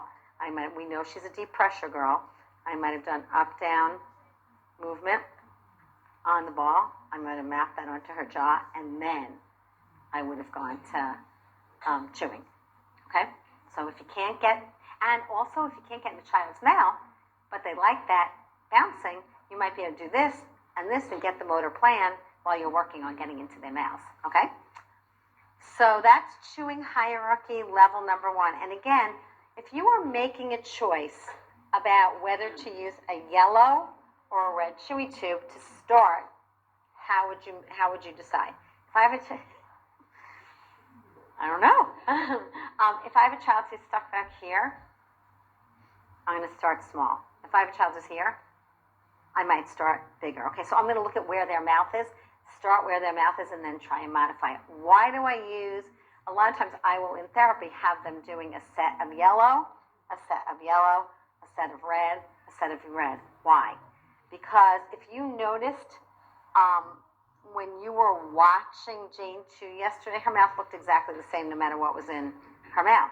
So if I give you a potato chip, you're chewing here. If I give you a hero sandwich, you're chewing here. So I want you to be able to chew here, and I want you to be able to grade here. So I may use both of them eventually, but I'm going to start where your mouth is. Okay? So again, your chewy tubes. And if you are using a toothette, you can also dip the toothette in yogurt or something like that. Now, this afternoon, we're going to talk about some transition exercises. If you're working with older children who have teeth and who have never eaten, and you know it is going to so freak them out, we'll talk again about stuffing a chewy tube with a puree. So they do chew, chew, chew. They get a little bit of puree, and they swallow. You can also do that with an ice straw if cold increases inflammation. I take a thick straw, I use a syringe and fill the syringe with a puree, or I fold the bottom of the straw, and I'm going to demonstrate this afternoon. Fold the bottom of the straw, clip it with a binder clip, and fill it with liquid, and I freeze it. When I take it out, I have like a push pop, and I do my biting exercises, so they get to bite, bite, bite on this frozen straw, I'm teaching them the motor plan for chewing, but you don't have to worry about them choking, and they don't have to worry about them choking. And you know what?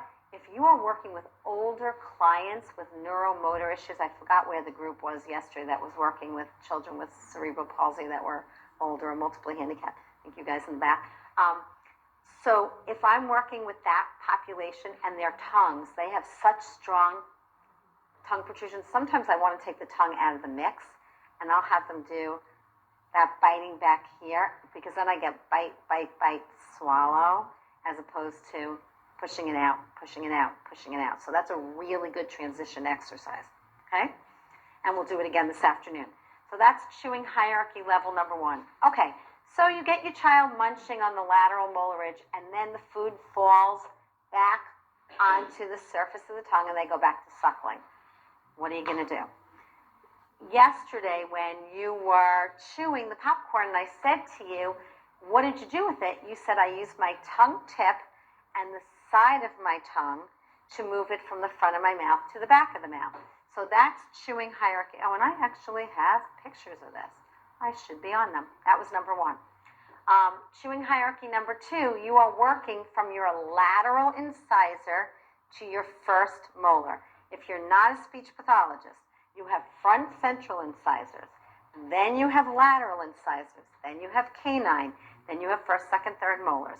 You are working from your lateral incisor to your first molar. And I'm going to show you 2 different ways to do this exercise. Again, you can use your chewy tubes. You can use your Z-Vibe with either this, the large blue head if you're working with older children or adults, or the small green head. You can use your Z-Vibe with the XL head, all right? So you can do this, and you can do it with your toothettes now.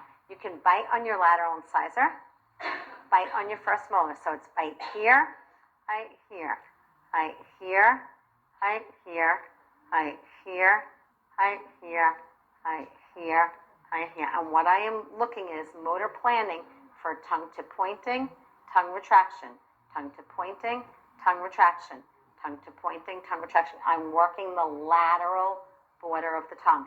Now, if you have a tongue that doesn't move when you do that, you might want to go to your XL head or your yellow prefer head, or this is the one time I actually like the Nook brush.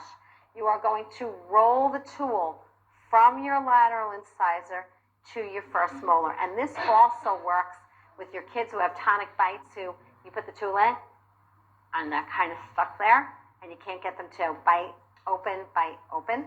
So what you're going to do is you're actually going to roll. As they're biting, you're going to roll back.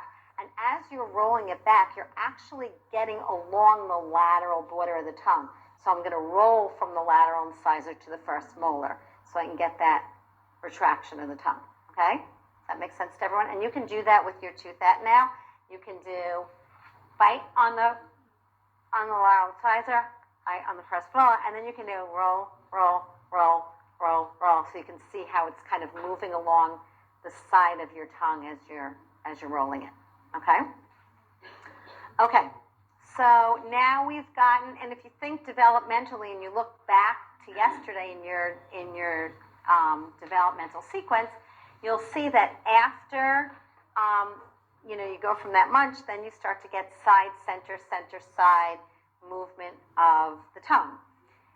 But then there are a lot of children who do not cross midline. Now, developmentally, you do not cross midline with your tongue until you cross midline with your body, with your hands, okay? If you do not have bilateral coordination, if you are not crossing midline with your hands, you probably are not crossing midline with your tongue. I have children with neuromotor issues that probably will never cross midline with their tongue. They get up to chewing hierarchy level number 2, and they're kind of stuck, especially when I get older clients with cerebral palsy or some type of neuromotor issue where they have really, really, really strong tongue protrusions. I get them to chewing hierarchy level 2. I don't always get them past that because they're never going to cross midline with their bodies. But I have found that if you teach the motor plan for crossing midline with your tongue, a lot of children who do not cross midline with their hands will learn to cross midline with their tongues, okay? So chewing hierarchy level number 3 is teaching crossing midline. And my tool of choice is 2 chewy tubes for this, and I'll explain why. You can use any of the tools we have talked about, any of the vibrating tools. You can use the toothette, although once kids have teeth, I'm very cautious about using the toothette because I don't want them pulling off pieces with their teeth. If I have a single tool and I do bite here, bite here, bite here, bite here. Now you can do it with the back end of your toothette. Do lateral incisor to lateral incisor. Bite here, bite here, bite here, bite here. Did everyone feel your tongue tip following the tool? Okay. So that's what I'm looking to happen. But if you have kids that have not dissociated their trunk, their shoulders, their neck, their jaw, when you go bite here, what are they going to do? So you're going to get this, okay? So if I have 2 tools and I'm here, I can do right here, right here, right here, right here, and I'm going to get a lot less extraneous head movement for my kids that do not have dissociation, okay?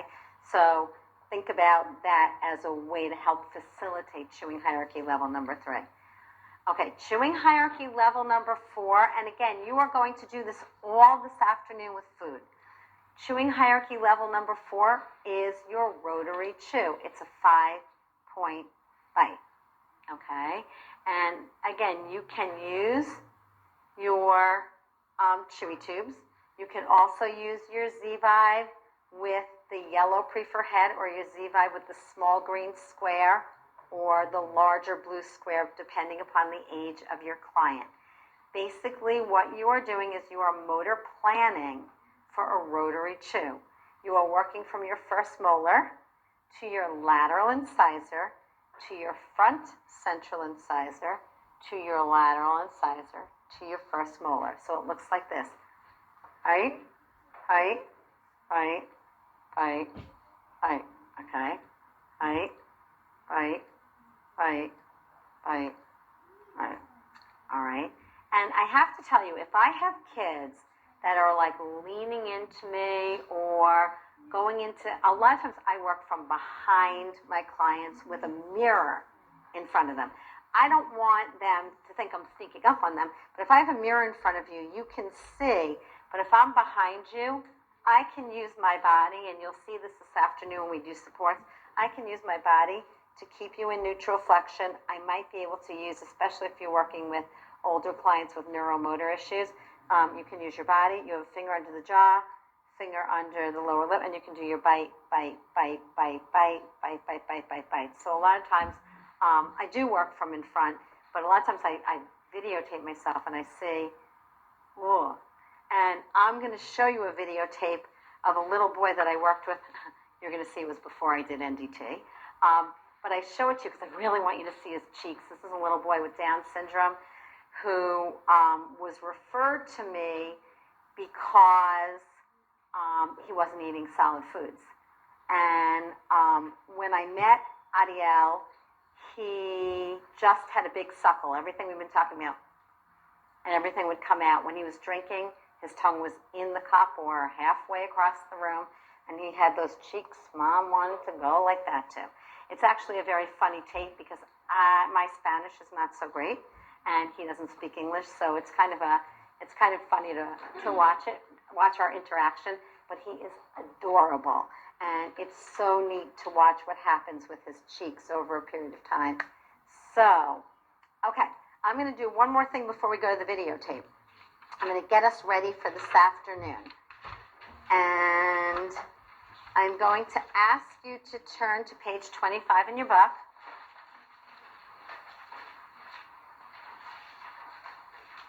And I'm just going to share this hierarchy, this decision-making. Yes? We have the target groups, like 7, 9, 10, 12, Right. 13, 14, Right. consider they're meant to be done in order. Well, Is it meant to be done in order? absolutely. This is when you see, that's a good point. And I talk about this afternoon, but I'll mention it now. If you are working on spoon feeding and it's a child you know does not have that movement, you are going to start while nutritively in your feeding program, you're doing spoon feeding. In your pre-feeding program, you may be working at chewing hierarchy level number 1. Okay, so then they have a munch chew, you introduce your meltable solids and you get them doing this up-down munch. While in feeding, you are working at chewing hierarchy number 1. In pre-feeding, I am working at chewing hierarchy level number 2. So I'm developing the motor plan that they need. So I'm always staying one step ahead of them, okay? So, and on and on and on. So that's a great question, and I do talk about that this afternoon, but thank you. Okay. Any other specific questions about a technique that you didn't understand before I move on? Okay. Hierarchy of feeding intervention. So this assumes a couple of things. This assumes that I have addressed some of the posture and alignment issues. This assumes that I've addressed some of the whole body sensory issues. And this assumes that I have done what we just did, the pre-feeding program, okay? Once I have done that, I've kind of given you a hierarchy for how you need to plan your feeding program. And the reason I did this is because I go into a lot of schools in Connecticut and New York to consult. And I work with wonderful therapists. But, you know, I have the luxury of having tunnel vision. Basically, all I do is oral motor feeding and oral placement speech. And to tell you the truth, the majority of my practice is oral motor feeding at this point in time. Most people don't have that luxury, especially if you're in a school program. You have to be if I get a child who has auditory processing issues, I'm referring them out. Most people don't have that luxury, and especially if you're in a school, you have to be an expert at absolutely everything, which is a really difficult thing to do. So I say, let me help you to figure out how to structure your feeding programs, okay? So the first thing you're going to do is you're going to work with your OT-PT team on positioning. And again, we talked about yesterday, basically for feeding, I want a 90-degree angle at the hips, 90-degree angle at the knees, feet grounded if it's a low-tone child, midline orientation of the hands, neutral flexion in the head, not extension, not a chin tuck, neutral flexion. If your arms are here, guess where your tongue is going to be? Here, okay? Especially if you don't have... I once did a videotape for the Connecticut Down Syndrome Association, and I had a little girl. I had this beautiful munch chew, and I just couldn't get lateral tongue, and I videotaped her, and this is what Alexandra looked like. That's where her hands were. That's where her tongue was, okay? What you see in the body is what you're going to see in the mouth. So position is everything in life, and you want to make sure that your child is in a well-supported, seated position whenever possible for feeding. We talked about your low-tone kids, your high-tone kids that you may need to break tone. And again, adaptive wheelchairs, and we'll talk about this a little bit more this afternoon. Sometimes you need to have a chest support on, but what do most people do in a chest support? They sink into it. So I would always prefer, if you had 14 hands, my preference would be that you do active versus passive support. So we'll talk about that a little bit more this afternoon, but that's the first thing. The next thing is food choice and planning your sensory diet, and that's sensory diet my way, not the OT way. We talked about yesterday that you're going to always change taste and temperature first, that you are not going to change texture until your client has the motor skills to handle it, that you are going to stay close to your client's home base, and you are going to move in baby steps, only making one change at a time, that you're going to consider the shape and the size of the bolus. We talked about size yesterday. We didn't talk about shape. You're going to see this afternoon, when you do a Cheerio, if you are working with infants and they don't have teeth, you can use a gloved hand. You can go into their mouth. You can rub the Cheerio on their gums and wait for them to start munching. If you are working with a client that has teeth, you can't do that. You are going to get bitten. When you are doing the chewing hierarchy, you are going to use a stick-shaped bolus, like a thin veggie stick or a thin pretzel stick, and you're going to see that this afternoon, okay? So the shape of the bolus and the size of the bolus are going to influence what you do in your mouth with it. The next thing is the utensils. The utensils have to fit the mouth. So if I have this little teeny tiny mouth, I'm going to choose a little teeny tiny spoon. And the same thing with the tools. That's what I said to you. Don't put, like one of the therapists in the back has a small mouth, and I saw her, I do too. I saw her with the teeth out under her lip, and this is what she looked like. That's not what I'm looking for the lip to do. I want the lip to come down like that, not go out like that. So the size and shape of your tools, both in your pre-feeding and your feeding program, are going to be really important. And then think about a couple of other things. If you have a child that needs more information, you may want to use a vibrating spoon or a sterling silver spoon. If my grandmother only knew where her sterling was. If you take a sterling silver spoon and you dip it in ice, what happens?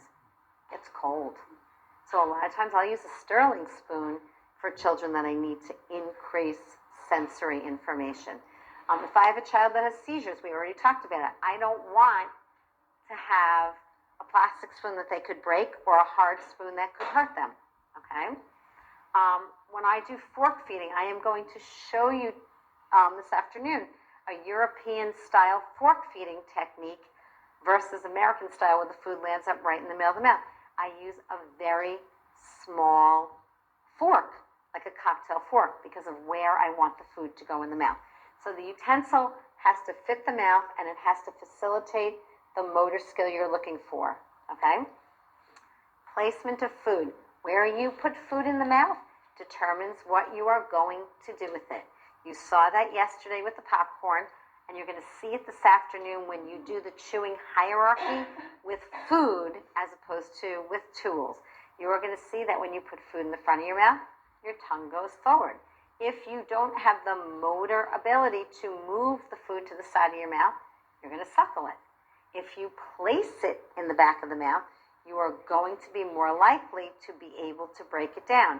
The story I told you about the young man with cerebral palsy who's 21 now, who I've been seeing since he was an infant, Anthony, with therapeutic feeding techniques, Anthony can eat absolutely anything. But if you put food in the front of Anthony's mouth, he's just going to push it down. He has lateral tongue to first molar movement, lateral incisor to first molar movement, but he doesn't cross midline with his tongue. He's always going to need someone to place the food, okay? And support. Support is invasive, but many of the children that we work with need support. If they don't have support, there is no way they are going to be able to eat by mouth. And, you know, your multiply handicapped clients may always need support.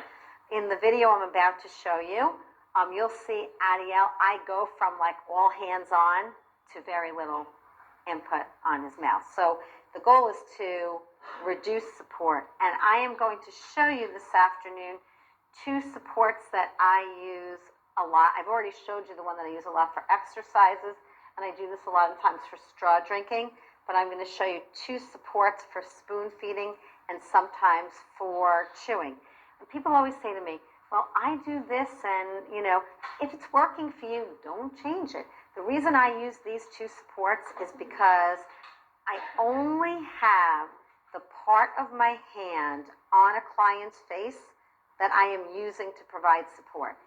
So if I have a child that, or an adult that doesn't have good head support and they don't have good jaw, lower lip support, I'm going to make a V.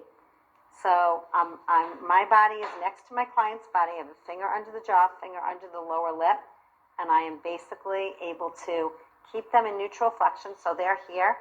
I can use my arm to keep them in neutral flexion. I have a finger here and a finger here. Now, a lot of people have their whole hand on a child's face, and again, that's, or resting their hands on a child's face.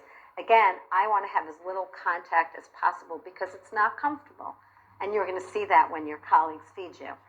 If a child has adequate head support and they're not going to go into extension, I would rather be looking at them than next to them, right? Because feeding is supposed to be social.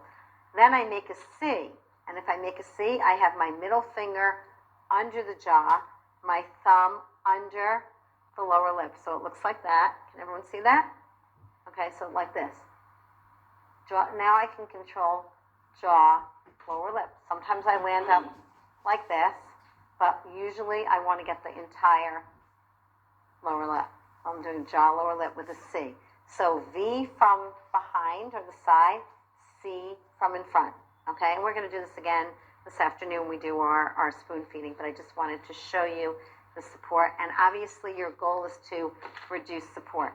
Okay, we're going to go to the videotape, and I'm going to try and pull it up on my computer.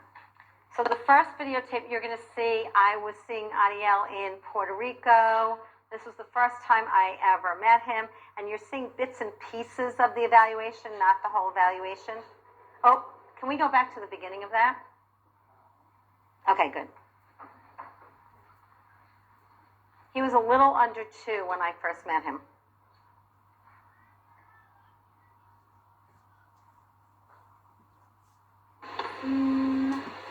Look at where his tongue is. Look at his upper lip. Look at his hands. He's stabilizing with his hands. You're looking at Papa like, what is going on here, Papa? So silly. Look at that tongue. So silly.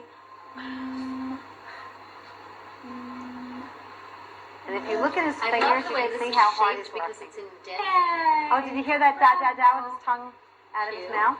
Chew. Oh, this is what we were just talking about.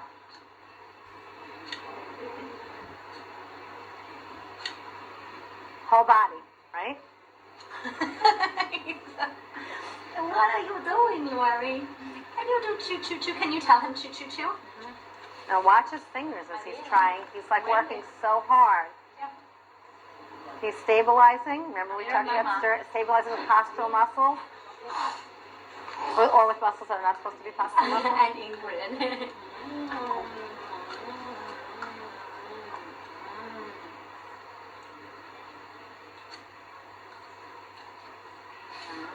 Oh, bravo. There you go. So, okay, I watched his parents spoon feed him and his tongue was halfway across the room. So, I'm attempting to just get lip closure here. And you're going to see, as soon as I move my finger, his tongue's going to come out of his mouth. I tried a couple of different spoons We to get him see. that lip closure, but that's not where we're working on our tongue because I can get his tongue in his mouth. He can get relatively As nice soon as I let go, look what lip happened. closure, but then that cute little tongue comes back again. And some of it has to do with postural stability. If you notice that he goes like this, with his hip, like he sinks in like that. So his trunk, you have to keep Okay, so this was bringing him before back so he's in NDT, well neutral aware flexion that I needed to make a change, and just not so good at extension. making it.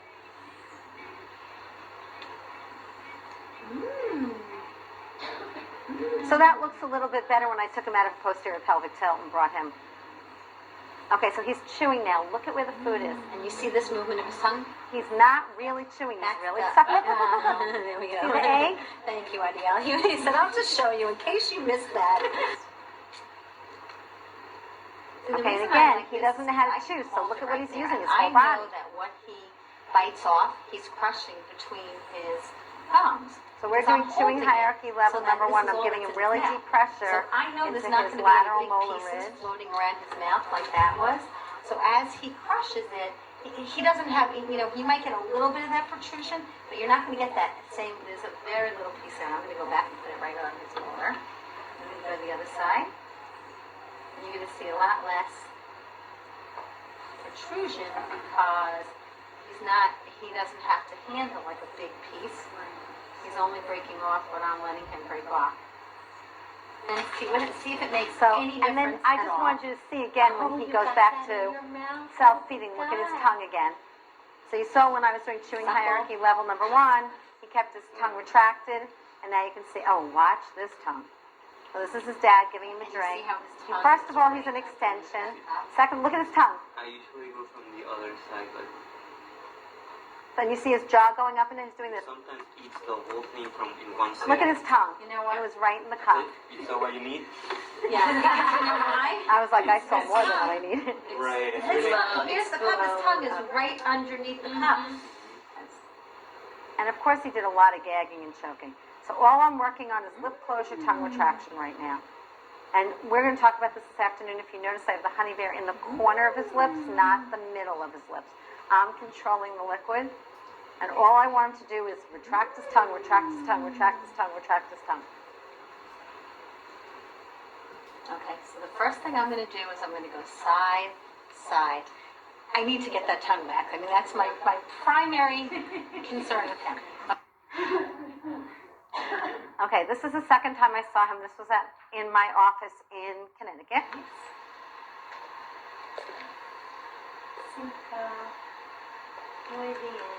Notice how much better my Spanish is getting. Nick ass. He goes,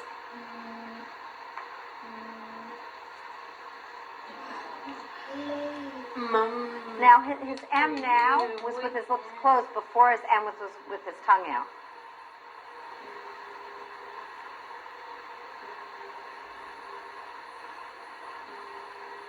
nice lips. And you can see it's getting a little more. Does his bilateral tongue hugs. Because he had that tongue, that he had like the deep midline well, and his tongue was just, food always pulled in the middle of his tongue. 4, 5. Okay. 2. So I was doing cheek resistance to that fish pop. 2. This is what you call the fish kisses, right? Right. So we had done, after his first evaluation, we had done cheek stretch. Look at his cheeks now. This is really why I show you this video. Oh, Vivian. And when he was asleep. Wow. I can't even get in there. Look at So when you get in there, so I was like, can you get in there? But he likes to No, do that. no. No? No, that's good that he's. I don't get too excited when I'm doing it. Because she was saying she couldn't get into his cheeks, and she couldn't get into his cheeks because now he had some tone in his cheeks. Before, his cheeks were like super elastic bubble plastic. And then got him like, Uno, dos, tres, cuatro, cinco, seis. And now look at him chewing, and look at his hands now. He doesn't have to stabilize with his fingers anymore. Okay, I'll tell you why I'm working bilaterally after the video goes off. Bravo! Let's try telling him to do. Okay, now he still has some tongue protrusion, but notice my hands are not on his face. And this is really interesting because he swallows, watch him swallow, and then watch his tongue come out. So sometimes what you see is swallow, but then you see his tongue protrusion because it's really habitual at this point in time. So I do some repetitive reverse feeding with, repetitive side feeding with him, and you'll see that he swallows without protruding his tongue. And now, a couple of years later, he doesn't protrude his tongue at all, but in this video, he still had some.